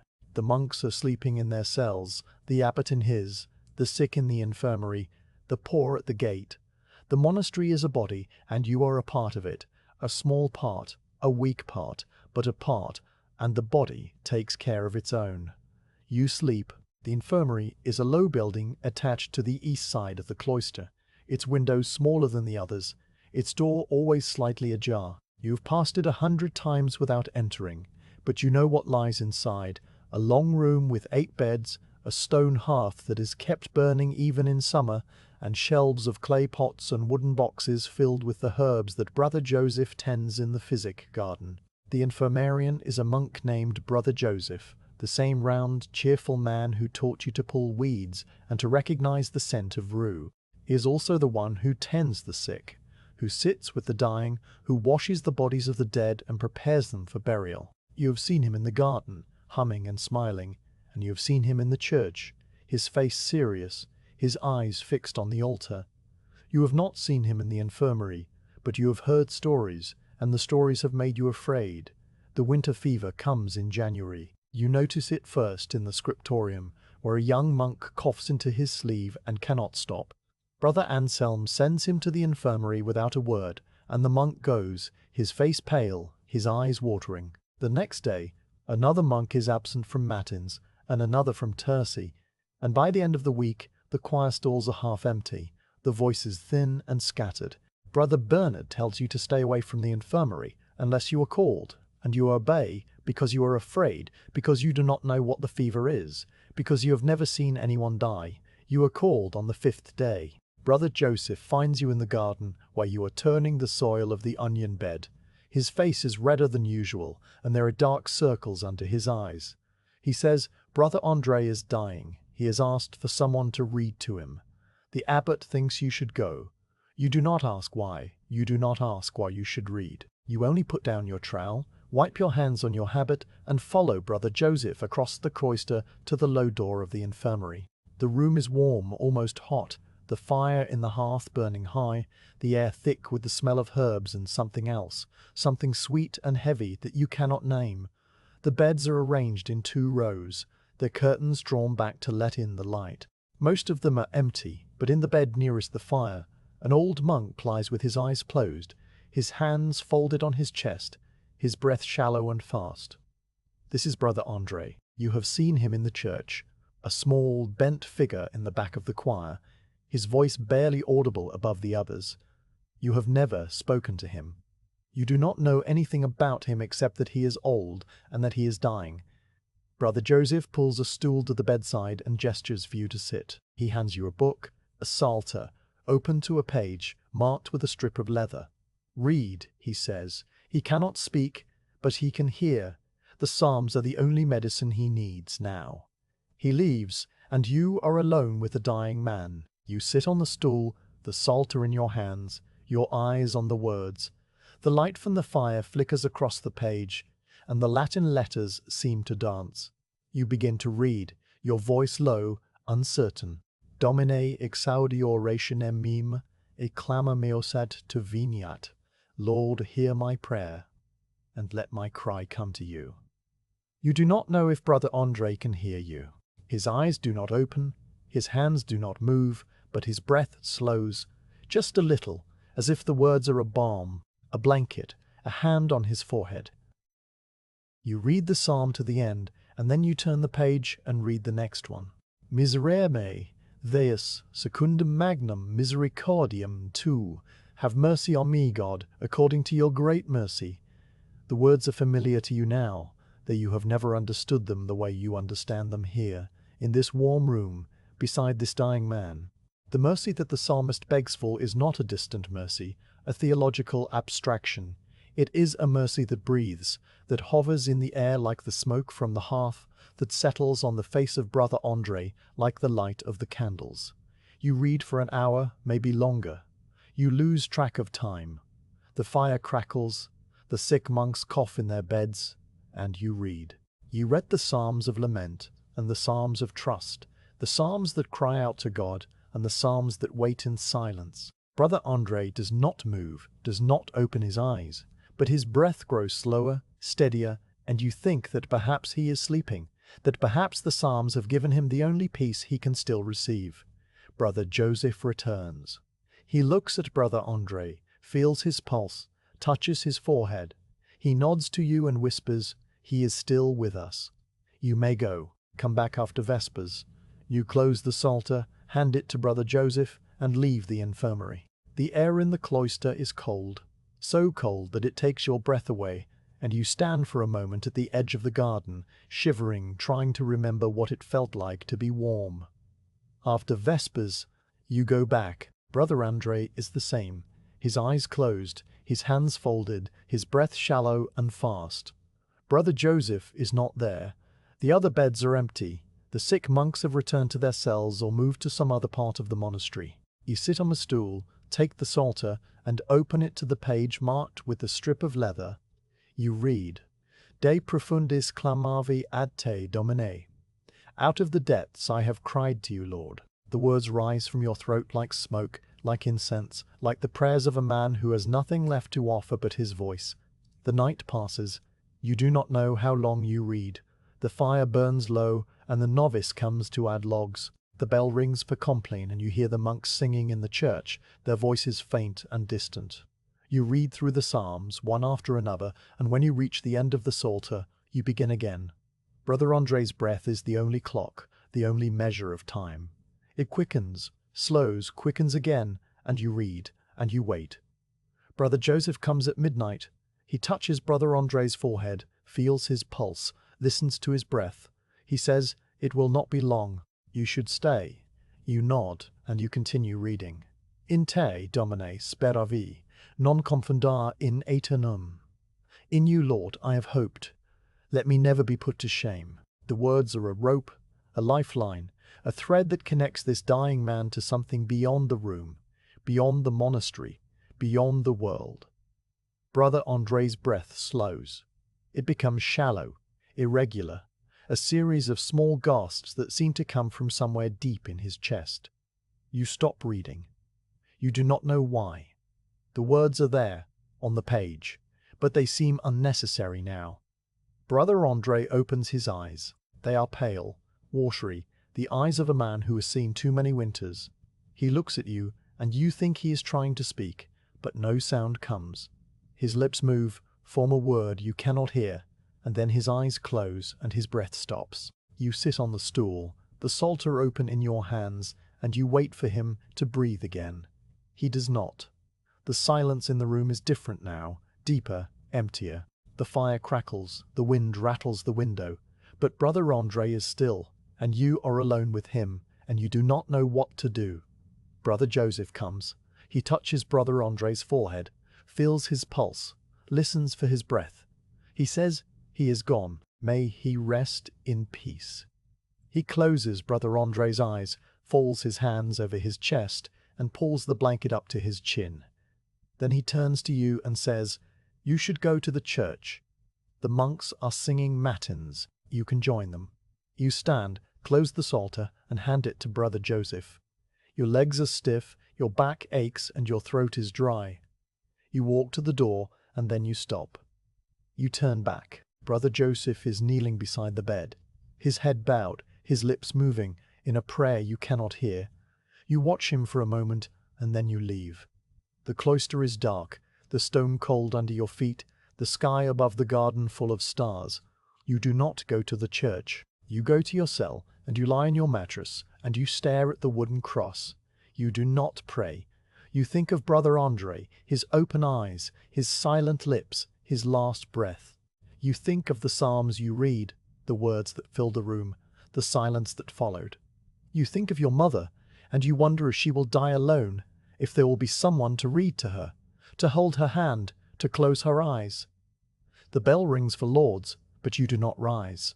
You lie on your mattress, the blanket pulled to your chin, and you listen to the monks singing in the church. Their voices are faint, distant, but you know the psalms they are singing, and you whisper the words in the darkness. Domine exaudi orationem. Lord, hear my prayer. You whisper them for Brother Andre, for your mother, for yourself, for all the dying who have no one to read to them. The office ends, and the silence returns. You close your eyes, and you sleep. The funeral is the next day. Brother Andre's body is laid on a wooden bier in the center of the church, his hands crossed on his chest, a wooden cross placed between them. The monks gather in the choir, and the abbot leads the office for the dead. The chant is different from the usual psalms, slower, lower, filled with words of hope and sorrow. Requiem aeternam, dona e Domine. Eternal rest grant to him, Lord. You stand in your place at the back, and you sing with the others, your voice blending with theirs. You are not sure if you believe the words, but you sing them anyway, because Brother Andre believed them, because the monks believe them, because the singing is a way of being with him even after he is gone. After the office, the monks carry the bier to the cemetery, a small plot of ground behind the church where the brothers are buried in unmarked graves. The ground is frozen, and the novices take turns digging, their breaths steaming in the cold air. You take the spade when it is your turn, and you dig, the soil hard and heavy, the blade scraping against stone. The grave is shallow, because the ground is hard, because the winter is cold, because the monks believe that the body does not need much. You lower Brother Andre into the earth, and the abbot says the final prayers, and the monks sing the last psalm. In paradisum deducente angeli, may the angels lead you into paradise.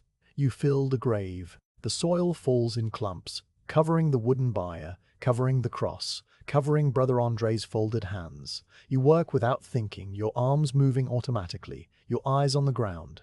When the grave is filled, you step back and the monks stand in silence, their heads bowed, their hands folded. The wind blows, cold and sharp, and you shiver, and you wait.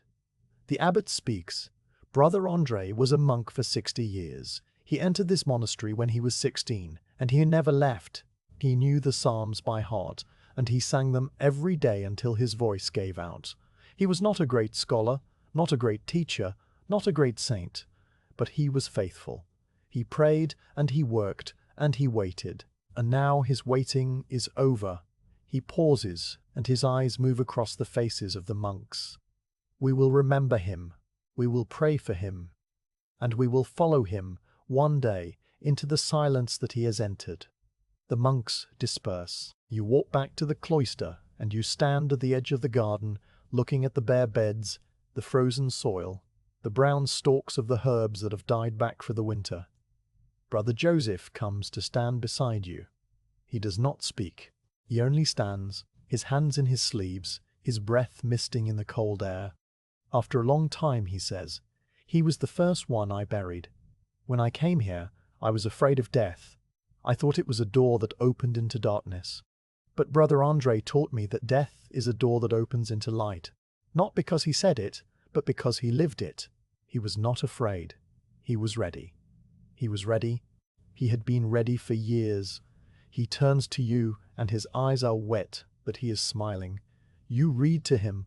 That was a gift. He heard you. I know he did.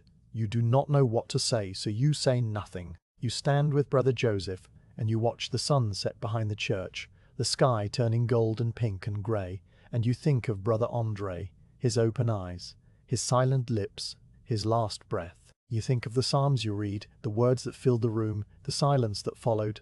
You think of the grave, the frozen soil, the wooden cross. You think of your mother, and you hope that when her time comes, there will be someone to read to her, to hold her hand, to close her eyes. The bell for Vespers rings. You go to the church, and you stand in your place at the back, and you sing the psalms of the evening. Your voice is tired, but it is there, and it is enough. The chant rises and falls, and you rise and fall with it, and for a moment you forget the cold, the grave, the fear. There is only the music, only the prayer, only the presence of the other monks singing with you. Brother Andre is not with you, not in body, but you feel him in the silence between the notes, in the pause after the last Amen, in the stillness that follows. He is there, and you are here, and the chant goes on. After Vespers, you go to the refectory. You eat your bread and your pottage, and you listen to the reading. Today it is from the book of Job, the passage where Job says, "I know that my Redeemer lives." You have heard these words before, but they sound different now, heavier, more real. You think of Brother Andre, and you wonder if he knew that his Redeemer lived, if that knowledge was what made him unafraid. You hope so. You hope that when your time comes, you will know it too. The meal ends, and you go to compline. You stand in your place at the back, and you sing the psalms of the night. Your voice is steady, stronger than it was this morning. The chant rises and falls, and you rise and fall with it, and you think of Brother Andre, and you think of your mother, and you think of yourself, and you pray. You do not know the words, you do not have the words, but you pray anyway, and the prayer is a kind of hope, and the hope is a kind of light. After compline, you go to your cell. You lie on your mattress, the blanket pulled to your chin, and you stare at the wooden cross. You do not pray. You think of Brother Andre. Think of Brother Andre. His open eyes, his silent lips, his last breath. You think of the psalms you read, the words that filled the room, the silence that followed. You think of the grave, the frozen soil, the wooden cross. You think of your mother, and you decide that you will write her a letter tomorrow. You will tell her that you are well, that you are learning to pray, that you are learning to be unafraid. You will ask her if she is well, if she is afraid, if she needs you to come home. You do not know what she will answer, but you will write the letter, and you will send it, and you will wait. The bell rings, 3 strokes the night watch. You count them, and then the silence returns. You turn on your side, pull the blanket higher, and close your eyes. Brother Andre is gone, but the psalms are still there, and the chant is still there, and the monks are still singing in the church. You are not alone. You have never been alone. You have never been alone. You close your eyes, and you sleep. The pilgrim arrives at the gate on a grey afternoon in March. You are in the garden when you hear the knock. The iron ring lifted and dropped, the clank echoing off the stone walls. Brother Joseph looks up from the chamomile bed, his hands still in the soil, and he says, "Someone is at the door." And he says, "Someone is at the door. Go, see who it is." You brush the dirt from your habit and walk across the cloister to the gatehouse. The porter, an old monk with a face like a walnut, is already lifting the bar. He gestures for you to open the inner door, and you do. The man who stands in the gateway is not a monk. He wears a grey tunic, stained and torn, and a leather satchel hangs from his shoulder. His boots are cracked, his feet wrapped in rags, and his face is weathered by sun and wind and something else, something that might be sorrow or hunger or both. He carries a wooden staff, and on the brim of his hat is a scallop shell, the sign of a pilgrim travelling to Santiago de Compostela. He bows when he sees you, and he says, "I have walked from the Pyrenees. I am tired and hungry. I ask for shelter, for 1 night, for 2, for as many as the rule allows." You do not know what to say. The porter answers for you. You are welcome. 3 nights is the custom. After that, you must continue on your way. He leads the pilgrim to a small room near the gatehouse, a room set aside for travellers, and you return to the garden. Brother Joseph is still kneeling in the chamomile. He looks up and says, "A pilgrim," you nod. He says they come, and they go. The road passes through us, but we do not pass through the road. That is the difference. The pilgrim appears at Vespers. that we do not pass through the road. That is the difference. He stands at the back of the church, near the door, his hat in his hands, his staff leaning against the wall. He does not know the chant, does not know the psalms, but he stands with the monks, his head bowed, his lips moving in a prayer that is silent and private. You watch him from your place at the back, and you wonder where he has been, what he has seen, why he is walking to Santiago. You have never met a pilgrim before. You have never met anyone who has been further from the monastery than the market town. The world beyond these walls is a story, a rumor, a thing you have heard about but never touched. The pilgrim is a piece of that world, standing in the church, breathing the same air as you. After Vespers, you go to the refectory. The pilgrim eats with the monks, sitting at the end of the left table near the door. He eats quickly, hungrily, his spoon scraping the bowl, his bread disappearing in large bites. The lector reads from the life of Saint Benedict, but the pilgrim does not listen. His eyes are on his food, his hands are on his bowl, and you think that he has not eaten a proper meal in days, perhaps weeks. You feel a strange mix of pity and envy. You have enough to eat, always enough, but you have never known hunger like his. The hunger of the road, the hunger of a man who does not know where his next meal will come from. After supper, the pilgrim is allowed to speak. The abbot invites him into the chapter house, and the monks gather to hear his story. He stands in the center of the room, his hat still in his hands, his staff still leaning against the wall. He says, "I am from Lyon. I was a merchant, a seller of cloth. I had a wife and 2 children. They died of the plague 3 years ago. I sold everything I owned and took the cross." He shows them a small wooden cross, crude and dark, tied to his belt with a leather thong. "I am walking to Santiago, to the tomb of St. James, to ask for forgiveness. I do not know what I have done wrong. But I must ask. It is the only thing left to do." The monks listen in silence. You listen too, sitting on a bench near the door, your hands in your sleeves. The pilgrim tells of the road, of the bandits who stole his horse, of the villages where he was turned away, of the forests where he slept in the open, of the rivers he crossed on foot, of the mountains where the snow nearly buried him. He tells of other pilgrims, a stream of them, walking from France and Germany and England, all heading to the same tomb, all carrying the same hope. He tells of the crusade that is being preached in the north, the call to take back Jerusalem, the men who are leaving their farms and their families to fight in a land they have never seen. He tells of the cities, Paris and Chartres and Tours, where the cathedrals are rising stone by stone, where the bells ring every hour, where the streets are crowded with merchants and beggars and knights and priests. You listen, and the world you left behind comes rushing back. The farm, the village, the market town, the faces of people you have not seen in months, the sounds, the chaos of a life that you chose to leave. You feel a pull, a longing, a question that you cannot answer. Did you make the right choice? Is this silence, this prayer, this slow turning of the bells better than the noise, the hunger, the uncertainty of the road? The pilgrim does not look happy. His eyes are tired, his hands are scarred, his voice is hoarse. But he is free. He can go anywhere, do anything, be anyone.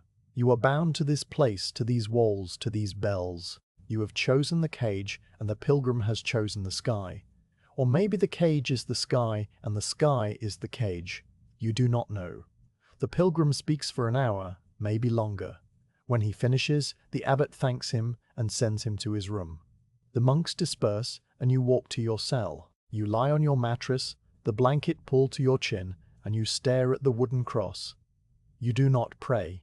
You think of the pilgrim, his wife, his children, his empty house. You think of the road, the bandits, the forests, the mountains. You think of the crusade, the cathedrals, the cities. You think of your mother, alone in the farmhouse, and you wonder if she has heard the call to take the cross, if she has sold everything, if she is walking to some distant shrine to ask for forgiveness. You hope not. You hope she is safe, at home, waiting for you to come back. The bell for matins rings. You rise, you go to the church, and you sing the psalms. The pilgrim is not there. He is sleeping, perhaps, or praying in his room. You stand in your place at the back, and you sing, and your voice is tired, but it is there. The chant rises and falls, and you rise and fall with it, and you try to forget the pilgrim, the road, the world outside the walls. You cannot. The words of the Psalms blur into the words of his story, and you do not know which is which. The next day, the pilgrim is in the garden. He is sitting on the low stone wall, watching Brother Joseph work. You approach him because you want to ask him something, though you do not know what. He looks up when you sit beside him, and he smiles. It is a tired smile, the smile of a man who has forgotten how to be happy. He says, "You are a novice." You nod. He says, "I was a novice once, in a monastery not far from here. I stayed for a year, and then I left. The silence was too heavy for me. I needed the noise of the world. I needed to be married, to have children, to buy and sell and lose and win. I thought I would find God in the noise. I did not. I found only myself, and myself was not enough." He pauses, and his eyes drift to the sky, to the clouds moving slowly across the blue. "Now I am looking for God on the road. I do not know if I will find him, but the walking is a kind of prayer, and the prayer is a kind of walking. Maybe that is enough." You do not know what to say, so you say nothing. You sit beside him, and you watch Brother Joseph pull weeds from the lavender bed, and you think about what the pilgrim said. "The silence was too heavy for me." The silence has never been heavy for you. It has been a blanket, a refuge, a place to hide. But maybe that is not the same as faith. Maybe faith is not hiding from the world, but walking through it with all its noise and pain and uncertainty, and still believing that God is there. You do not know. You are only a novice. You have been here for less than a year. You have not yet taken your vows. You can still leave, can still walk out the gate, can still find the road and follow it to Santiago or Paris or anywhere else. The thought terrifies you. The thought liberates you. You do not know which is true. The pilgrim stays for 3 nights. On the 3rd night, he speaks again in the chapter house. He tells of the shrine at Santiago, of the crowds of pilgrims, of the tomb of St. James, of the silver casket that holds his bones. He tells of the miracles, the blind who see, the lame who walk, the sick who are healed. He tells of the Mass, the incense, the bells, the chant. He says, "I have not yet reached Santiago. I do not know if I will reach it. The road is long, and I am old, and I am tired. But I will keep walking. It is the only thing I can do." He bows to the abbot, and the monks bow back, and the chapter meeting ends. After compline, you go to the pilgrim's room. He is packing his satchel, folding his spare tunic, checking the leather thong on his cross. He looks up when you enter, and he says, "You have questions." You nod. He says, "Ask them. I leave at dawn. I will not pass this way again." You sit on the edge of his bed, and you ask, "How do you know you are going the right way?" He thinks for a moment, his hands still on the satchel. He says, "I do not know. I only know that I am walking. The road is the right way because it is the road. There is no other way. The path appears beneath your feet as you walk it. You cannot see it from a distance. You can only see it by putting one foot in front of the other." You ask, "Are you afraid?" He says, "Yes, every day. I am afraid of bandits, of hunger, of the cold, of dying alone on the road. But the fear is part of the walking. It keeps me awake. It keeps me moving. It reminds me that I am alive." He stands, picks up his staff and says, "You are afraid too. I can see it in your eyes. You are afraid that you have made the wrong choice, that the silence is a cage, that the prayer is a lie. That is good. The fear means you are still thinking, still questioning, still alive. The day you stop being afraid is the day you stop being a monk, or a pilgrim, or a man." He holds out his hand, and you shake it. His grip is firm, warm, dry. He says, "God be with you, Brother Luc." You say, "And with you." You leave his room and walk to your cell. You lie on your mattress and you do not sleep. At dawn, you go to the gate. The pilgrim is there, his satchel on his shoulder, his staff in his hand. The porter opens the door, and the pilgrim steps into the grey light. He turns, bows to you, and then he walks. You watch him go down the path, through the field, toward the forest. His figure grows smaller and smaller, until it is a speck, and then it is gone. You stand at the gate, the cold wind on your face, and you feel something that is not quite sadness, and not quite relief. It is the feeling of a door closing, of a story ending, of a road not taken. Brother Bernard appears beside you. He does not look at the pilgrim. He looks at you. He says, "The world is a wheel. It turns and turns, and those who ride on it are carried from joy to sorrow, from sorrow to joy, never resting, never still. The monastery is the still point. It does not turn, it only waits. The pilgrim will return to the wheel. You have chosen to stand at the center. That is not a better choice. It is only a different one." He turns and walks back to the church, and you follow him because the bell is ringing for prime and the day is beginning and you have work to do. You go to the church and you stand in your place at the back and you sing the psalms. Your voice is steady, stronger than it was yesterday. The chant rises and falls, and you rise and fall with it, and you think of the pilgrim walking through the forest, his staff tapping the ground, his lips moving in a prayer you cannot hear. You think of the road, the bandits, the mountains, the shrine. You think of your mother, and you wonder if she is walking somewhere, looking for something, asking for forgiveness. You do not know, you will never know, but you are here in this place at this time with these men who have chosen to stand at the still point. The wheel turns, and you do not turn with it. That is your choice. That is your life. After prime, you go to the scriptorium. Brother Anselm is already at his desk, his quill moving, his eyes on the page. You take your place, rule your lines, dip your quill. You write the sentence you have written 1,000 times. Ora et labora, et Deus adest. Pray and work, and God is present. The letters are steady, the spacing even, are round and full. You are learning. You are still learning. The pilgrim is walking, and you are writing, and both are prayers, both are ways of seeking, both are enough.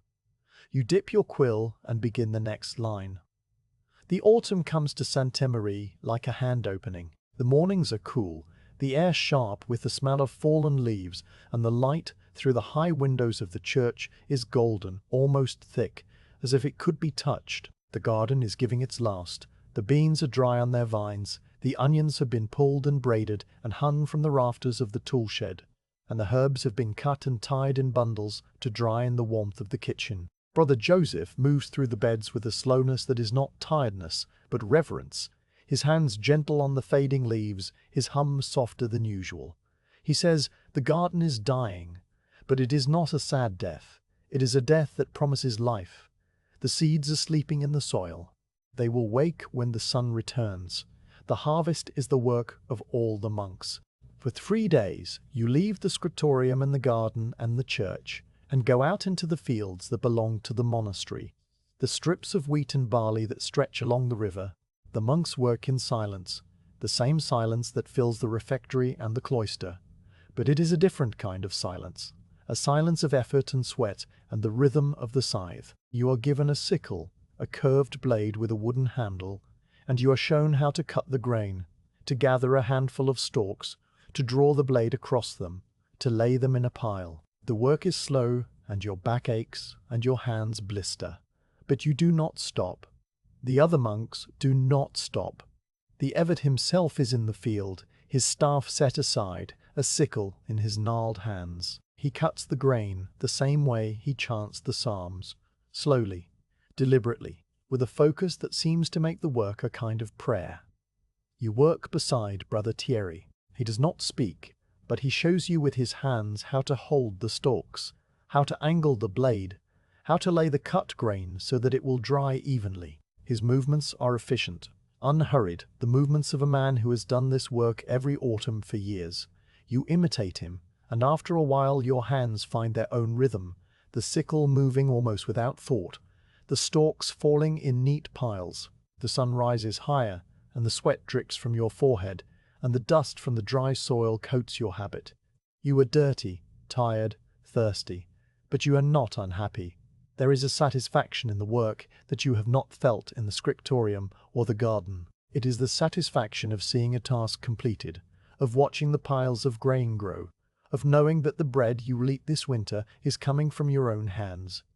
At midday, the bell for sext rings, and the monks stop. They stand in the field, their sickles at their sides, their heads bowed, and they sing the psalms of the 6th hour. The chant is soft, almost inaudible, carried away by the wind. You stand with them, your hands still holding the sickle, and you sing, and the words are the same words you sing in the church. But they feel different here, under the open sky, with the cut grain at your feet. You think of the words from the rule, ora et labora, pray and work. The prayer and the work are not separate. They are the same thing, the same movement of the body and the soul, the same offering of time and breath. The meal is eaten in the field. The kitchen sends out bread and cheese and watered wine, and the monks sit on the stubble, their backs against the sheaves of grain, and they eat in silence. You sit beside Brother Joseph, who is red-faced and sweating, his round belly straining against his habit. He does not hum today. He is too tired, but he smiles at you, a tired smile, and he breaks his bread in half and gives you the larger piece. You try to refuse, but he shakes his head and says, "You are young. You need the strength. I have been eating this bread for 40 years. It is not the bread that keeps me alive. It is the work, and the work is almost done." The afternoon is the same as the morning, the same rhythm of cutting and gathering and piling, the same ache in your back and your hands, the same satisfaction. The sun moves across the sky, and the shadows lengthen, and the piles of grain grow. By the time the bell rings for vespers, the field is almost finished. The monks stand in a circle, their sickles held like crosses, and the abbot says a prayer of thanks. Benedicite omnia opera Domini. Bless the Lord, all you works of the Lord. You bow your head, and you listen, and you feel the presence of something that is not quite God, but is closer to God than you have ever felt in the church. It is the presence of the earth, the sky, the grain, the hands that have cut it, the mouths that will eat it. It is the presence of the community, bound together by work and silence, and the slow turning of the seasons. The harvest is finished the next day. The grain is gathered into sheaves and stacked in the barn, and the threshing will begin in a week, and the winnowing, and the grinding, and the baking. But for now the work is done, and the monks prepare for the feast of Michaelmas, the feast of Saint Michael the Archangel, which falls at the end of September. It is one of the few days in the year when the rule of silence is relaxed, when the monks are allowed to speak freely, to laugh, to sing songs that are not psalms. You have never experienced a feast at the monastery. You do not know what to expect. The day begins with the usual offices, but the chant is brighter, faster, the voice is lighter. The abbot wears a gold cope, and the candles on the altar are lit even in the daytime, and the incense is thick and sweet. You stand in your place at the back, and you sing, and the joy in the church is palpable, a physical presence that seems to lift the stone roof and let in the sky. After the Mass, the monks process to the refectory, but the refectory is different today. The tables are covered with white cloths, and there are flowers on the window ledges, and the air smells of roast meat and fresh bread and something sweet, something like honey or wine. The meal is the most luxurious you have ever eaten at the monastery. There is roast pork, a rare treat, the meat tender and salty, and there is fresh bread, not the dark bread of ordinary days, but white bread, made from the finest flour, its crust crackling, its crumbs soft. There is cheese, not the small triangle of daily fare, but a whole wheel, pale and creamy, and there is honey, golden and thick, and there is wine, red and strong, served in wooden cups.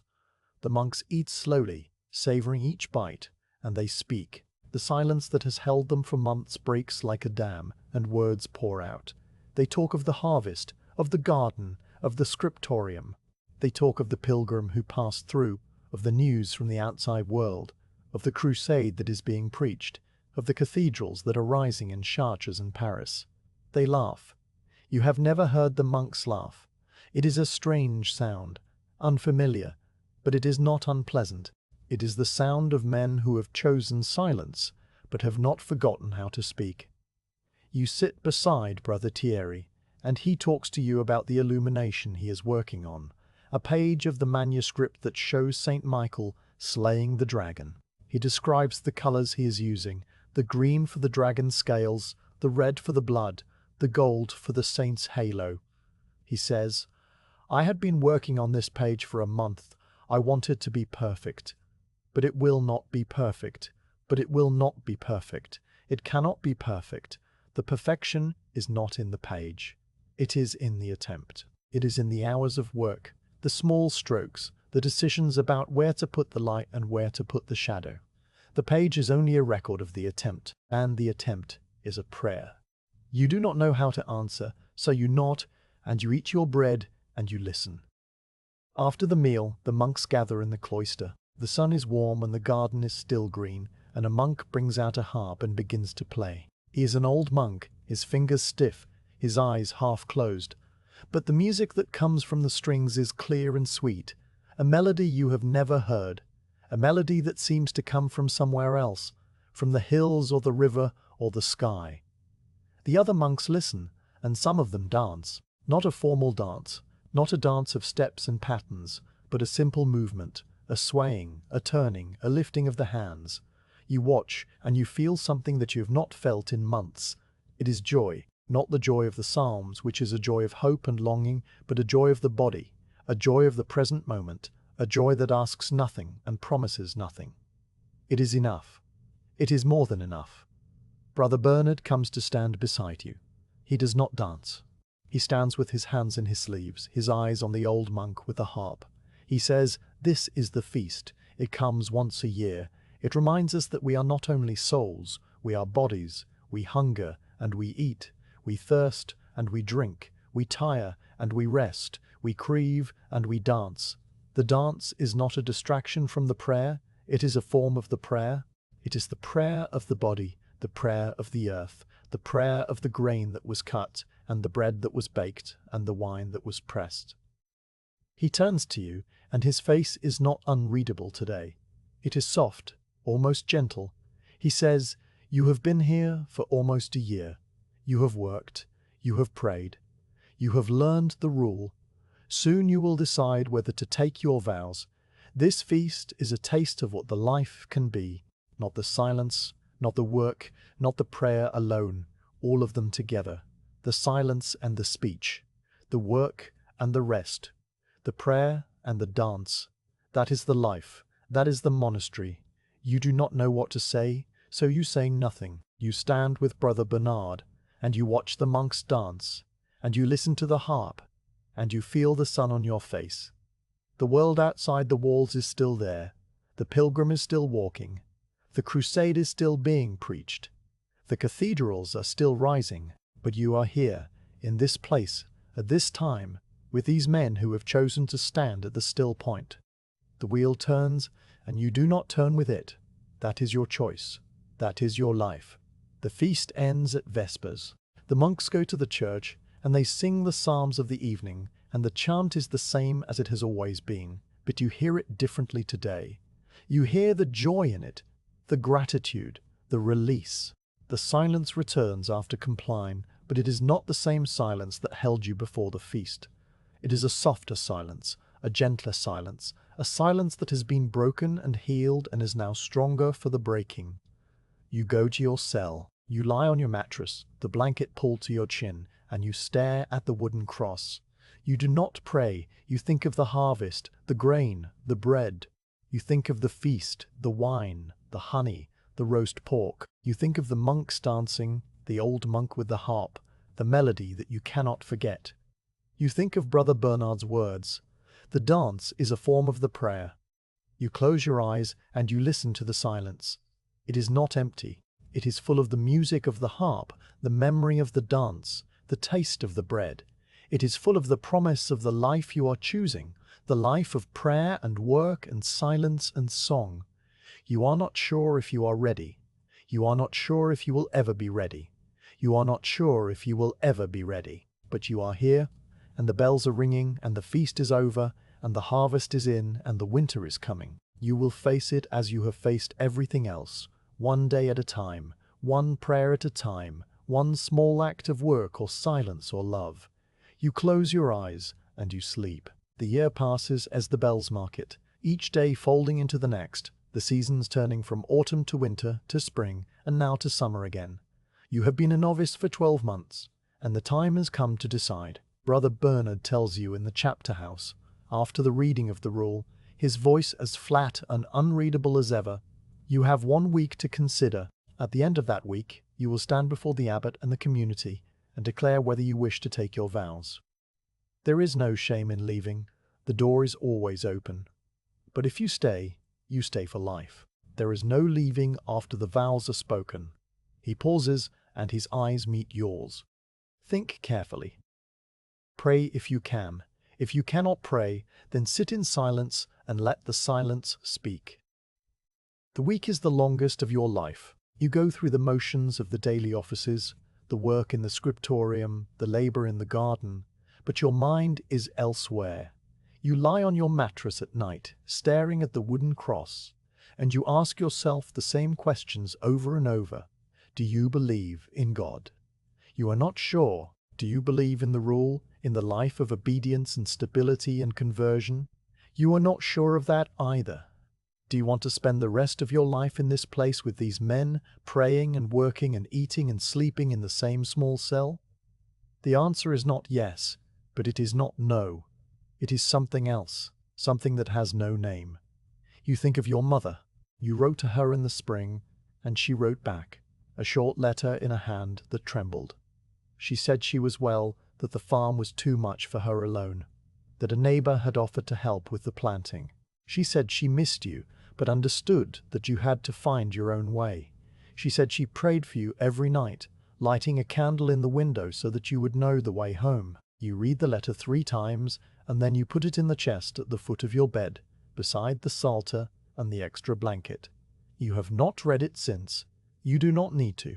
The words are in your heart. You think of the pilgrim who came in March, his tired eyes, his scarred hands, his story of loss and walking. He left the monastery because the silence was too heavy for him. You have wondered sometimes if the silence is too heavy for you. But you have also wondered if the silence is the only thing that holds you up, the only thing that keeps you from falling into the noise of the world, the noise of your own thoughts, the noise of fear and doubt and regret. The silence is not empty. It is full of the bells, the chant, the whisper of the psalms. It is full of the presence of the other monks, breathing in their cells, sleeping, waiting for the next office. It is full of something you cannot name, something that might be God or might be only the echo of 1,000 years of prayer. On the 6th day, you go to Brother Joseph. You find him in the garden, kneeling in the lavender bed, his hands in the soil. He looks up when you approach, and he smiles. You sit on the low stone wall beside him, and you say, "I do not know if I believe in God."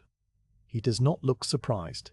He says, "I did not believe in God when I took my vows. I believed in the rule. I believed in the community. I believed in the work. The belief in the community. I believed in the work. The belief in God came later, and it comes and goes. It is not a steady flame. It flickers. Sometimes it goes out. But the rule does not flicker. The community does not stag out. The work is always there. That is what holds me. That is what holds all of us." He pulls a weed from the lavender and tosses it onto the path. You do not need to believe in God to be a monk. You only need to be willing to seek God. And the seeking is the life. The finding is not the point. You sit with him for a long time, watching him work, listening to his hum. The sun moves across the sky, and the bell for none rings, and you go to the church. You sing the psalms, and your voice is steady, and you think about what Brother Joseph said. The seeking is the life. You do not know if you will ever find what you are looking for, but you know that you want to keep looking. And this place, with its bells and its silence and its work, is the only place where the looking makes sense. On the 7th day, you go to the chapter house. The monks are gathered, the abbot in his chair, the candle burning on the lectern. You stand in the center of the room, your hands folded, your eyes on the floor. The abbot says, "Brother Luc, You have completed your year of novitiate. You have prayed with us, worked with us, eaten with us, slept in the cell that was given to you. You have learned the rule of Saint Benedict. You have confessed your faults and received correction. Now you must decide. Will you take the vows of stability, obedience, and conversion of life? Will you remain with us for the rest of your days? You look up. You look at the abbot, at Brother Bernard, at Brother Anselm, at Brother Thierry, at Brother Joseph. You look at the wooden crucifix on the wall, and you think of your mother's candle in the window, and you think of the pilgrim walking the road, and you think of the seed sleeping in the soil waiting for the sun. You say, "I will." The abbot nods. He says, "Then on the feast of Saint Benedict you will profess your vows." Prepare yourself. The days between now and then are for prayer and reflection. You may speak to the brothers if you need guidance, but mostly you should be silent. The silence is the womb from which the vows are born. The feast of Saint Benedict comes on a Sunday in July. The church is decorated with flowers, white and blue, the colors of the Virgin. The candles are lit, the incense is thick, and the chant is the most beautiful you have ever heard. You stand at the back as you have always stood, but today you are not a spectator. Today you are the center. The abbot calls you forward, and you walk to the altar. Your steps slow, your heart pounding. You kneel on the stone floor, and the abbot stands before you, holding a book, the Rule of Saint Benedict, its leather cover worn, its pages soft with age. He says, "Brother Luc, do you promise stability in this monastery? Obedience to the abbot and the rule, and conversion of life, turning always toward God?" You say, "I do." He says, "Do you renounce the world, its honors, its possessions, its vanities?" You say, "I do." He says, "Do you accept the poverty, the chastity, the obedience that the rule requires?" You say, "I do." He hands you the book, and you hold it in your hands. It is heavier than you expected, heavier than the Psalter, heavier than any book you have ever held. You open it, and you read the first words, "Ausculta, O Fili, Preceptor Magistri." Listen, O my son, to the precepts of the Master. The words blur, and you close the book. The abbot takes it from you and places it on the altar. He takes a white cowl, a garment you have never worn, and he places it over your head. The wool is soft, warm, and it falls to your feet. He says, "Receive the garment of the monastic life. Wear it as a sign of your commitment, your humility, your hope." He steps back, and the monks begin to sing. The Veni Creator, the ancient hymn to the Holy Spirit. Veni, Creator Spiritus, mentes tuorum visita. Come, Creator Spirit, visit the minds of your people. You kneel, your head bowed, and you listen. The voices rise and fall, and you rise and fall with them, and you feel something that you have not felt before. It is not joy, not peace, not certainty. It is the feeling of being held, of being carried, of being part of something larger than yourself. The hymn ends, and the abbot gives you the kiss of peace. He leans forward and touches his lips to your forehead, and the gesture is so gentle, so unexpected, that tears come to your eyes. You do not wipe them away. You let them fall. The monks come forward one by one, and each one gives you the kiss of peace. Brother Bernard, his face still unreadable, but his eyes soft. Brother Anselm, his hands trembling, his lips dry. Brother Thierry, who smiles and whispers, "Welcome, brother." Brother Joseph, who hugs you, his round belly pressing against your new cowl, his breath warm on your cheek. They come and they go, and you stand at the altar, your tears drying on your face, your heart full of something you cannot name. The Mass continues, the Eucharist, the bread and wine that become the body and blood of Christ. You receive the host on your tongue, the wine in a golden cup, and you taste the bread and the wine, and they taste like the bread and wine you have tasted 100 times before. But today they taste different. Today they taste like home. After the Mass, the monks process to the refectory for the feast. The tables are covered with white cloths.